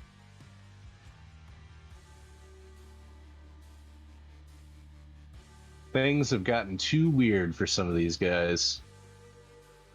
Meanwhile, Harry Buttocks is back there, just like Yeah, there! He right. is having the hentai time of his life. Yep. Still, like can't maintain an erection for more than 10 seconds at a time, but he's got 2 of them back there now. So. Yeah. He's got 2 of them back there, and they're the ones who are like, this is just awkward. Yeah. Like, you're not supposed to like this. He's like, you start making out. Yeah, that's what I'm talking about. The hentai of his life. Oh, good. We're gonna go back there, and they're gonna be like, "Please kill us. Please send us back to hell. It's better than this." All right. So Malcolm, this girl next to you is still screaming her fucking head off. Like on her turn, that's what she does. It's getting kind of annoying to you, but she's seen some shit now. And she's losing her mind. I think that was everybody. We can go back to the top of the round with Thomas. I'm holding a dead goat's head. Malcolm, who I was going to be like super excited about, just sprinted away and tried to tackle or successfully tackled another black goat. So I'm going to drop my black goat head and shuffle on up right beside him and try to take out the one that he just hit.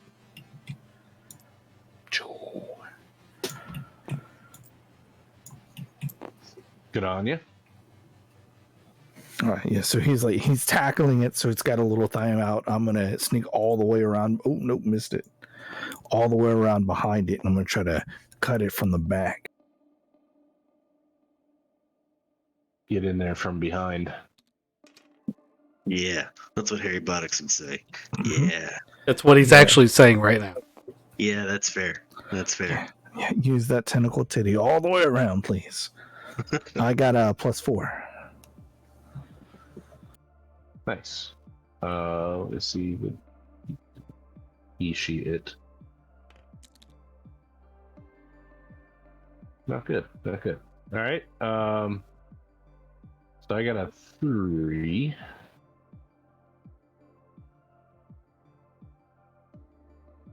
All right, you That do takes- stab it.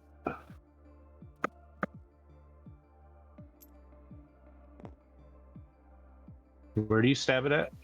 All the way. It's got a like slice from left shoulder to left. It's just a superficial slice on its back. A big like bottom to top, sing, all the way from hip to shoulder. Opening up its skin is exposing it to the water still raining down from the ceiling, though. Yeah. Screams in pain. All right, Redicus or Malcolm, which one do you want to go? I would like to. So as it screams and turns to look at him, I would like to hit it, so that its head continues spinning in that direction. Kind of like when you spin a wheel, right? Somebody spins it and then you spin it and you grab it just right so it keeps right on going. Kind of like a spin the bottle game, except with the goat demon head. Let's see who's it.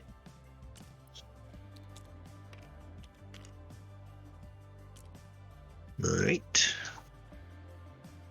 9. Wait, that's gonna kill it. How does it go down? Like exactly like I said, the head just keeps on spinning, twists right off, and then rolls on the floor and spins for a little bit more before it lands on. Oh, her. It lands on her. Oh God. Okay. I don't like her. Just rolls at her feet. Yeah. Spraying black ichor everywhere, all over her. If she screamed with her mouth open, it's getting in her mouth. Oh yeah. It's all sorts of terrible for that girl right now.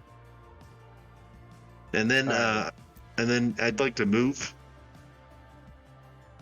I'm gonna stand up here in front of Redicus. Are you on the stage or on the other side of it? Oh, I step up on the stage. This is going to be hilarious, depending on how this goes down. Yeah, Redicus, what do you want to do? The first thing I'd like to do before I take my... So I'm assuming that speaking is incidental. Yes. I'm going to look at this mook and I'll be like, if you know who we are, you want to live, you should go ahead and start running now. Which mook? This guy. Oh, I didn't even know there was a Nope, mook there. I grabbed cover without realizing he was even there. I'm pretty sure you killed him already, actually. I don't think He's I not did. dead, but he was pinned down too, I think. So he's been hiding. So if his immediate reaction isn't to run for the door, I'm then going to shoot him in the face. All right, go ahead and shoot him in the face, because you don't want a demon running around. I was going to let him get most of the way to the door if he ran. I'm going to let you have an incidental to shoot this guy, because I forgot about him, and so... Oh, well, if I get it for free, then absolutely, it's +4. All right. Crouch down behind there. You see him crouch down behind there. You just... So if that's how it all goes down, then what I actually say is, hey, you, and when he sticks his head up, I just pull the trigger. Right. Pow! Done. Yep. When your gods forget about you, you just die like that. He's done. All right, so Malcolm is up on this stage. You've killed this Diablos guy. So what I'm going to do, if that does count as incidental, I'm going to shoot at these guys, but I'm basically going to stick my two guns, like, in between, like, the way he's standing, I'm shooting in between his legs. Oh, nice. Okay. Hold still, Malcolm. This, Please This hold might- still. This might pinch. yeah. And, go ahead. In the words of Dr. Payne, you may feel a slight pinch. I'm going to go for this one on the right-hand side that's still standing, because I'm guessing I can't shoot the one on the ground. Yeah, you'd have a hard time. You'd have an easier time to hit this one, yeah. Oh, this one's gonna be good. How does a +8 do me? That does it. Hold on. Let's see how you can really oppose these things. Oh my god, I rolled all negatives. He's dead. I'm gonna count that as a crit fail. And yeah, this black goat is dead. How'd that go down? More or less the same as the other one. I mean, you know, enough 9mm rounds come flying out of the gun to turn into a saw blade. I would like to say that he does fall on his buddy that's on the ground. Okay. Doable. Black ichor blood goes everywhere. Fizzling in the holy water. Raining. Jesus. Okay. It's the baddie's turn. Alright, this one's going to sidestep up to this table. It's going to get line of sight on Malcolm, and it's going to try to throw a hellfire ball at you, Malcolm. All right. Can I intercept that with the hammer and just deflect it? Depends on how you roll. You want to do a force to do... Yeah, kind of like you spin the hammer Right? and then try to Right. catch the fireball and send it somewhere else. 5. All right.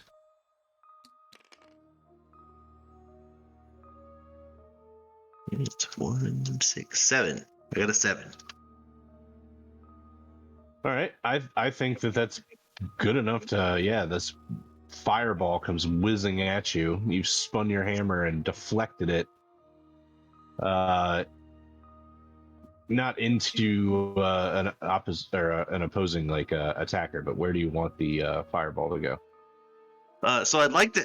I don't expect it to damage her because by this time it's going through all that holy water.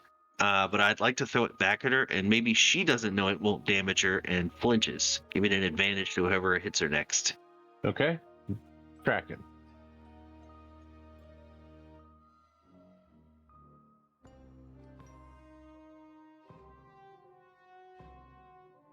Dagon is going to step.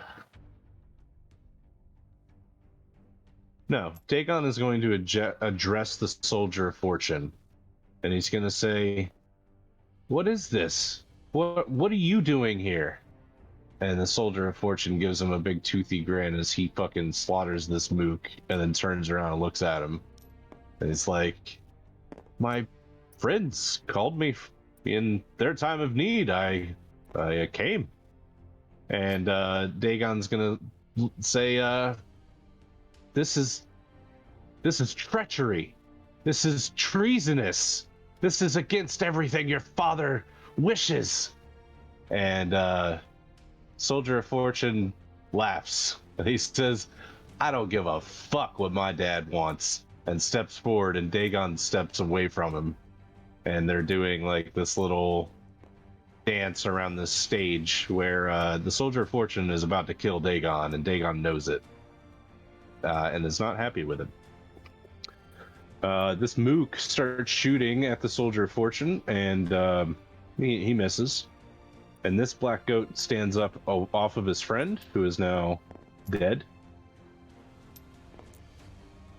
And let's see if he can do a hellfire ball at Malcolm. Shit, I shot you at you once. Let's see if I can do it again.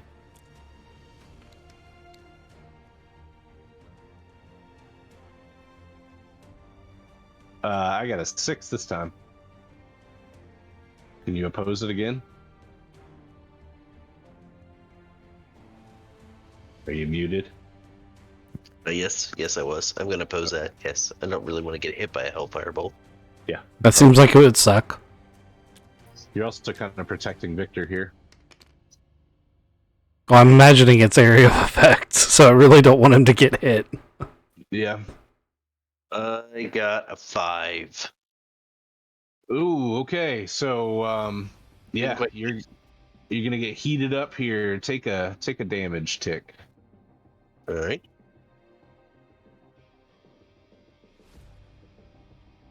This is fireball. I guess you were trying to deflect the other one. You were distracted a little bit. This black goat sucker punched you with one. The splashback doesn't actually hit Victor though. Good teamwork. How come I can't erase this? Erase what? I tried to put a mark on my thing and it won't let me. There we go. Those vector lines are stupid. Yeah. Also, that has to be locked in order for you to draw on it. Here, right now. There we go.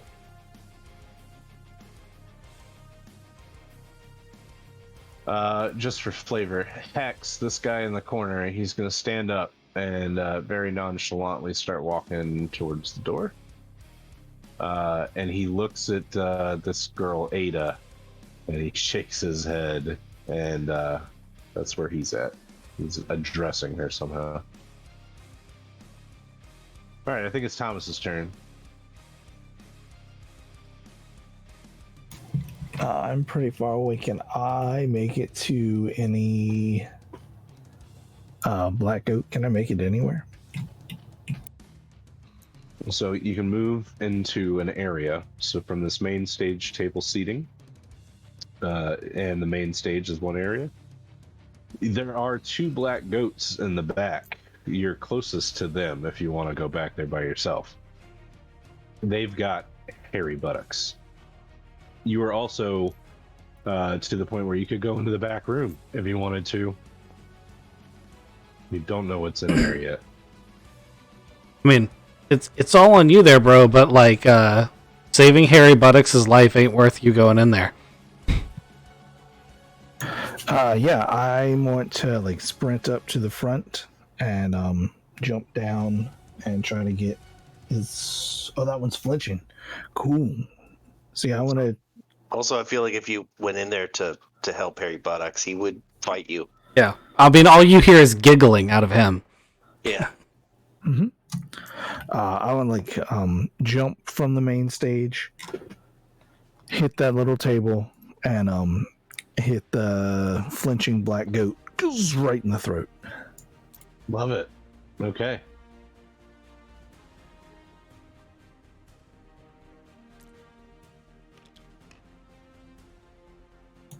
I got a +6. What kind of approach are you doing? That's a force Yeah, force. or a haste running across the table like that? With All right. more. So it tried to like grab you or catch you as you were jumping towards it and just botched the grab. So you connect and do 3 whole damage to it.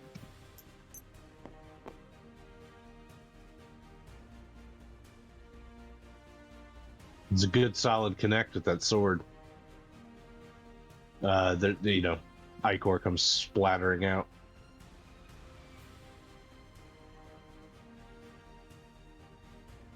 Malcolm or Redicus?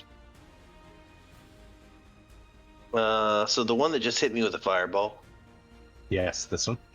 Yeah. I tell Redicus to open up on it, and I'm gonna charge it as soon as you get those bullets in. Either distract it or kill it.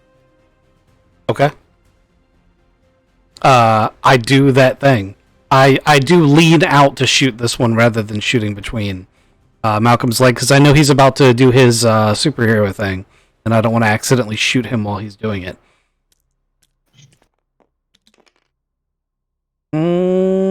It's a 3. It's not as good as I could do, but it should distract him.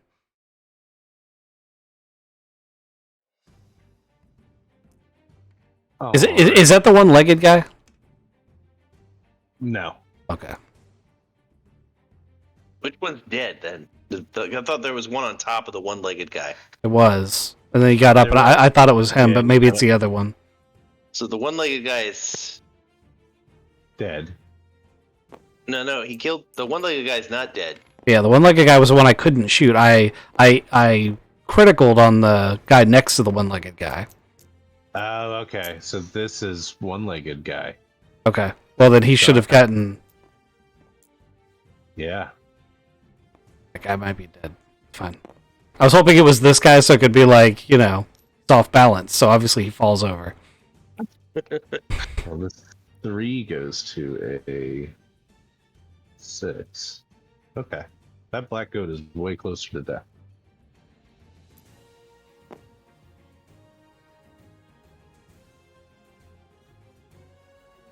Right? And I'm gonna charge. Or I'm gonna leap and try to come down on it. So to bring the hammer down, so to speak. Yep. So, can I... Because I didn't move during my turn, can I stay behind him yet? And I'm not shooting, I've already shot. Can I, like, keep up with Malcolm so that I'm with him when he runs up? Is that okay? Yeah, like put your hand on his back while he's moving. So Yeah. you move with him. Exactly. I'm not going to actually touch him, but I want to move in formation with him. Okay.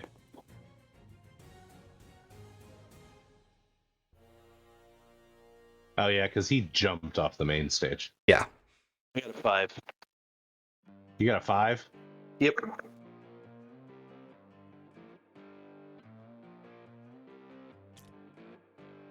I think I'm at a negative. Which is good. Oh man, all 5 of those transfer over. All right.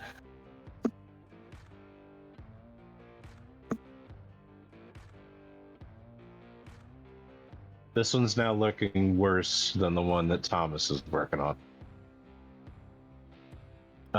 You put yourselves right in the line of fire with this Diablo's Mook, though. So you're like launched on top of this or latched to this black goat, and this Mook comes up with his Tommy gun and basically points it into your face. And let's see if he fucking stormtroopers you. I'd like to use the black goat as a shield. It's good. Okay. That's an intelligence. Wow. You use however you want. Yeah. What? I'm gonna be It does using sound- force to do it. So- I gotta put something in between those bullets and me. I mean, I'm gonna use an incidental just to be like, you better hope that fucking kills him, because if it doesn't, holy shit, he's gonna be mad. So the Mook, yeah, he points his barrel literally right at Malcolm's face, and Malcolm just pulls this black goat's head right into the middle of the barrel. Mook pulls the trigger, and the black goat's head just disappears. Dead as a doornail. Yeah, Mr. Mook, you are so fucked. I'd like to grin at the mook with blood, just black blood just streaming down my face, but I got those pearly whites. The Mook's like, I level up. Instantly gains all life back. It won't help. Nope.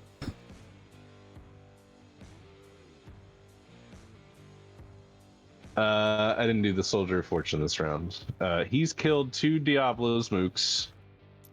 He starts walking towards Dagon, and Dagon's backpedaling away from him. Where'd Dagon go? He's underneath. Oh shit. There we go. And there's this nice little scene where Dagon actually backs up against the poles that he summoned himself, and the Soldier of Fortune's like, prepare yourself to go back. And Dagon says, this isn't the deal. This isn't how it was supposed to be. And he pulls his gun out and he fires at the Soldier of Fortune. And the Soldier of Fortune just takes the bullet. And it starts walking a little bit more menacingly at Dagon. And has backed him up into this corner. Dagon's stuttering. No. No. No. It's not how it's supposed to be.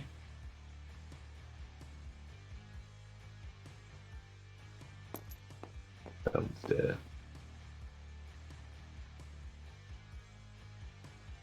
Alright, so this guy sits down next to Ada. Ada's still knocked out and handcuffed. He sits at the bar and he starts watching now as to what's going on.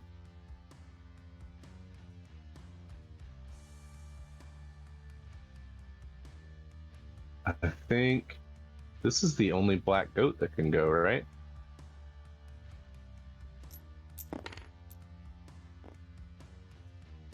He's going to try to hit Thomas.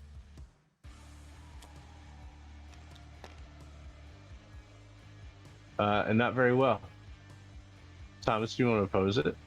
Yeah, I'm gonna pose it with focus and kind of go like ninja style, waiting for the last second to try to counter slice. Okay.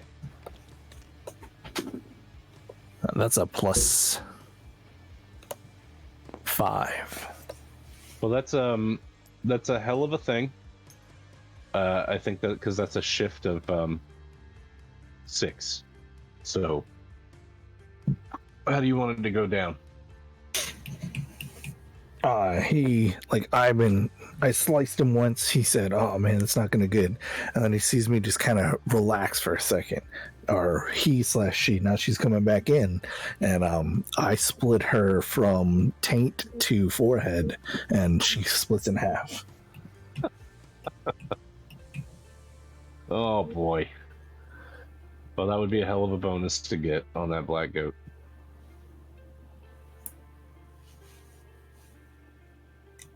He had to get his taint shot in here somewhere. Yeah. I think that's it, except for the ones in the back room. So, even though we're not supposed to finish this guy this turn, this guy's dead. So Thomas gets the kill on that thing. This one's dead. This mook is still alive, right? I'm Sure you is. guys are gonna finish that. It won't be for very long, but I'm gonna go ahead and let Malcolm take care of that. I feel like he tried to shoot you in the face. He's got something coming. Yeah, I take care of that. Okay. We're gonna hand wave that then, because we just want to speed up. It's 11:52. So, what is the plan now? You've got Soldier of Fortune here. Dagon has basically given up.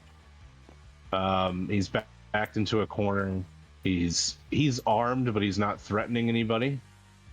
Every black goat, except for the ones in the back with hairy buttocks, is still there, or is now dead. Sorry. That's his harem. He's married now. Yeah, I'm pretty sure we're gonna let Harry finish those. Like that's, I'm almost positive that he comes out of this and they don't. And not at all through any force of will. He's just gonna suck their life dry. Their will to live, if you will. Without your intervention, Harry Buttocks as a character will never return to this game. Yeah, He will be in hell somewhere. I mean, he could return if you guys go to hell, I guess. Yeah, I feel like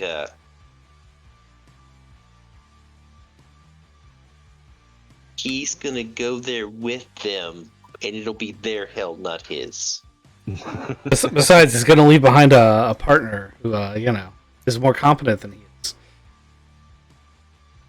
Yeah, she might actually get some work done then. Yeah, I mean, he's probably been here. If we check the security cams, he's been here for like 3 days. He hasn't. Yeah, no joke. Probably. It's just like they. I don't know why they took him as a hostage. Because he was a police officer. That's why. I Yeah. thought you guys would save the cop. I mean, If it had been any other cop. yeah, they didn't really need to save the cop. Like he's got that handled. Meanwhile, we're gonna be over here with Dagon going. So how do you want to do this? Yeah, because we're not going to let him live. So if he's hoping that we're going to save him, he's got another thing coming. You want to hit him? You want me to hit him? Like what's the plan here? So he's begging for mercy. He's on his knees. He's got his hands up and out in front of him, and he's begging for his life from the Soldier of Fortune, who's standing there menacingly with the lightsaber. And the Soldier of Fortune looks at you guys And Dagon sputters, this wasn't supposed to happen like this. You promised, you fucking traitorous little asshole. And Soldier of Fortune looks at you guys and he's like, "Yeah, you want him to die? I can do this, or you can do this, or whatever." Go for it. It's your pick. Hey, before you cut his head off or whatever you're gonna do, who actually used the hell thing on the Witcher Covenant? Was it the bitch over there? Or was it you? The what? What are you talking about? The Witcher Coven, that little hag over there tied to the bar. Oh, Ada. She if I tell you, will you let me go? No, but we'll make it quick. Fuck you. Damn it. Wait. What if we tell you we'll let you go? Just gonna lie to him. Yes, I am. The demon. He'll know that you're lying. He accepts that though. He appreciates that in somebody. Lying. What the lying? Yeah. We'll tell you anything you want to hear. It's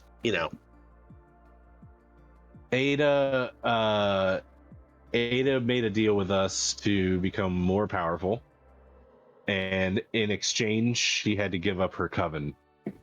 So the succubuses did the ritual magic to attack the Sisters of Hecate.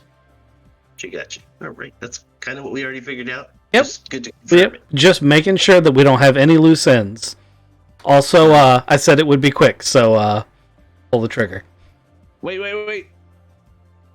I think everybody pulls the trigger and he gets stabbed with a sword. Like pretty much all at the same time.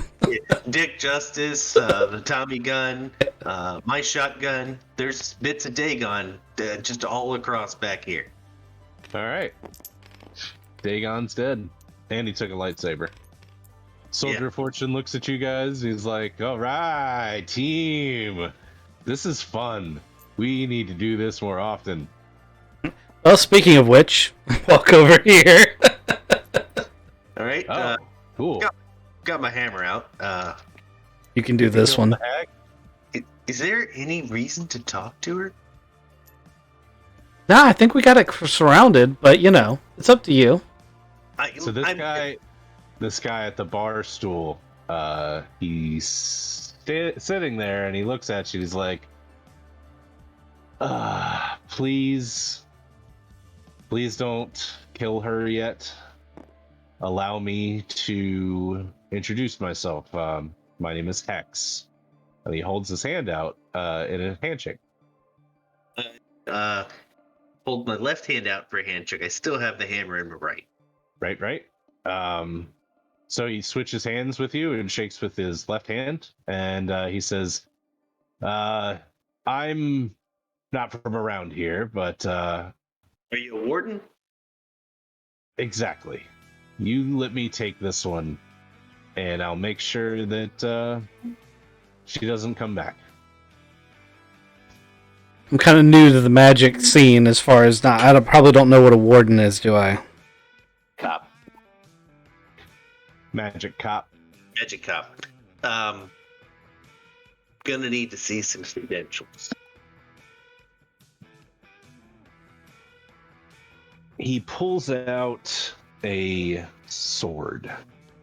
It is a magic sword. It is not one of the swords of the cross, but it is a steel sword with a bunch of enchantments on it. And he says, "Look, I'm from Edinburgh. I'm a warden of the White Court, or not White Court. Sorry, Council. White Council. It's okay. yes. I got your back.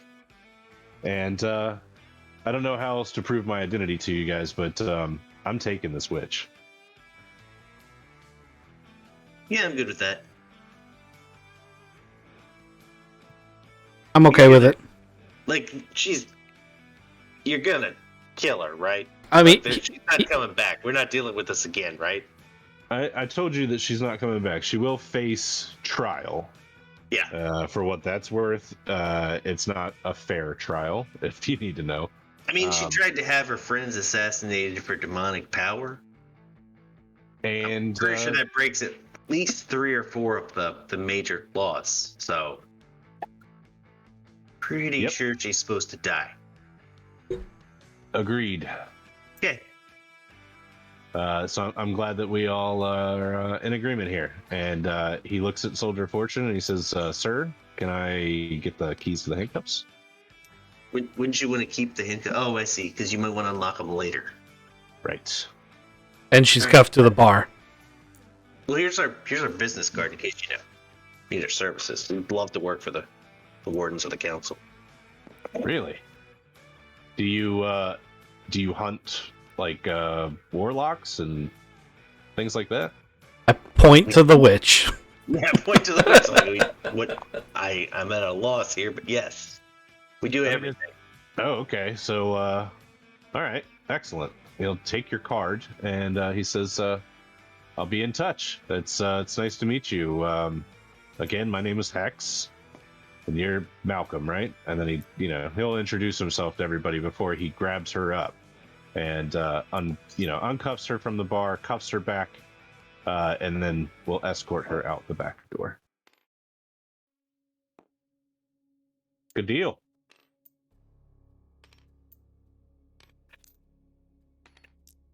What's everybody thinking? You guys have a good night. Yeah. It was fantastic. What I was actually thinking right in that moment is, man, I need to modify my token so I have aviators. Oh yeah. I was thinking that too. I'm gonna make them slightly different than aviators. It'll be fine. They could be Oakleys. They could be anything that you want. It's fucking Harold. You can make it whatever. Also digging our fireman theme. I think if I do a melee weapon, I might actually use that axe. It looks pretty badass. That axe does look pretty awesome. What was in the back room? Harry Buttocks getting raped. The other back room. Oh, guns and a magic mirror that got broke. So, if you look in that back room, you're gonna see this ritual circle that was set up that the succubuses used to do their magic slinging. And inside the vanity, there were small glass vials of hair marked with the names of the Sisters of Hecate. That's what they used in their ritual. They've got tons of hair in there. There's tons of hair. Yeah, we burn everything. Actually, you know what? I think we're actually going to turn the fire alarm off. And then chuck that Molotov in. Yeah, and then burn this shithole down. Yeah. Yep. Oh, I go in and grab that girl who had her husband killed. I pull her out before I burn the place down. She's technically an innocent. Good call. Okay. I give her my card. I'm like, when weird shit like this happens, you call us. Yes. So she stopped screaming a long time ago. Now she won't talk to anybody. That's fine. Something broken inside of her. Yeah, she'll be back later to kill us all. That's fine. She can be the bad guy if she wants. She's seen what happens to them. That's fair. All right. Cool. Good session. Thank you guys. I appreciate you playing. I'm glad we got to take out one more demon. Now, technically, the only demon of the Diablos left is the Prince. He's up in university. If you want to fuck with him, he's still up there, but it's up to you. I'm just gonna throw this out here. I think he should come back, but as a client. Hire you to find his dad's killers. I was thinking something less slapstick than that, because he would walk in and be like, "I need you to find out who killed." I'd be like, "Good news." Also, bad news. Front. We don't work pro bono.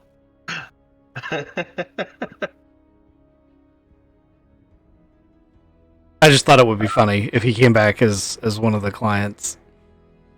He hires you to kill the Soldier of Fortune. Yeah, what's it with the assassination contract? Stop just coming in our office and saying, "Can you kill people for me?" It's a private investigator. What else will they hire you for? They can do everything else. I mean, don't get me wrong. I don't care that that's the end result. I like the Monster Hunter Boondock Saint thing we got going on. I like it. It's just, it feels very off-putting to me, having watched so many of these like film noir movies and stuff. Like, they never come in and just straight up be like, "Can you kill this guy?" They never do that. We need you to take care of him. Yeah, I'll have to change my tact because, yeah, you guys are being used as mercenaries more than anything else. It's just the way you gotta be like, hey, listen, we're gonna need you to come in here. We're gonna need you to take care of this situation for us. Right. Yeah. Yeah, I don't care that that's actually the result we get. I'm having quite a bit of fun, playing being Neo out of the Matrix. Right. There's the board of directors to meet next time. You guys have gotten some information about them. And yeah, we'll figure out what to do next time on Dresden Accelerated. And that's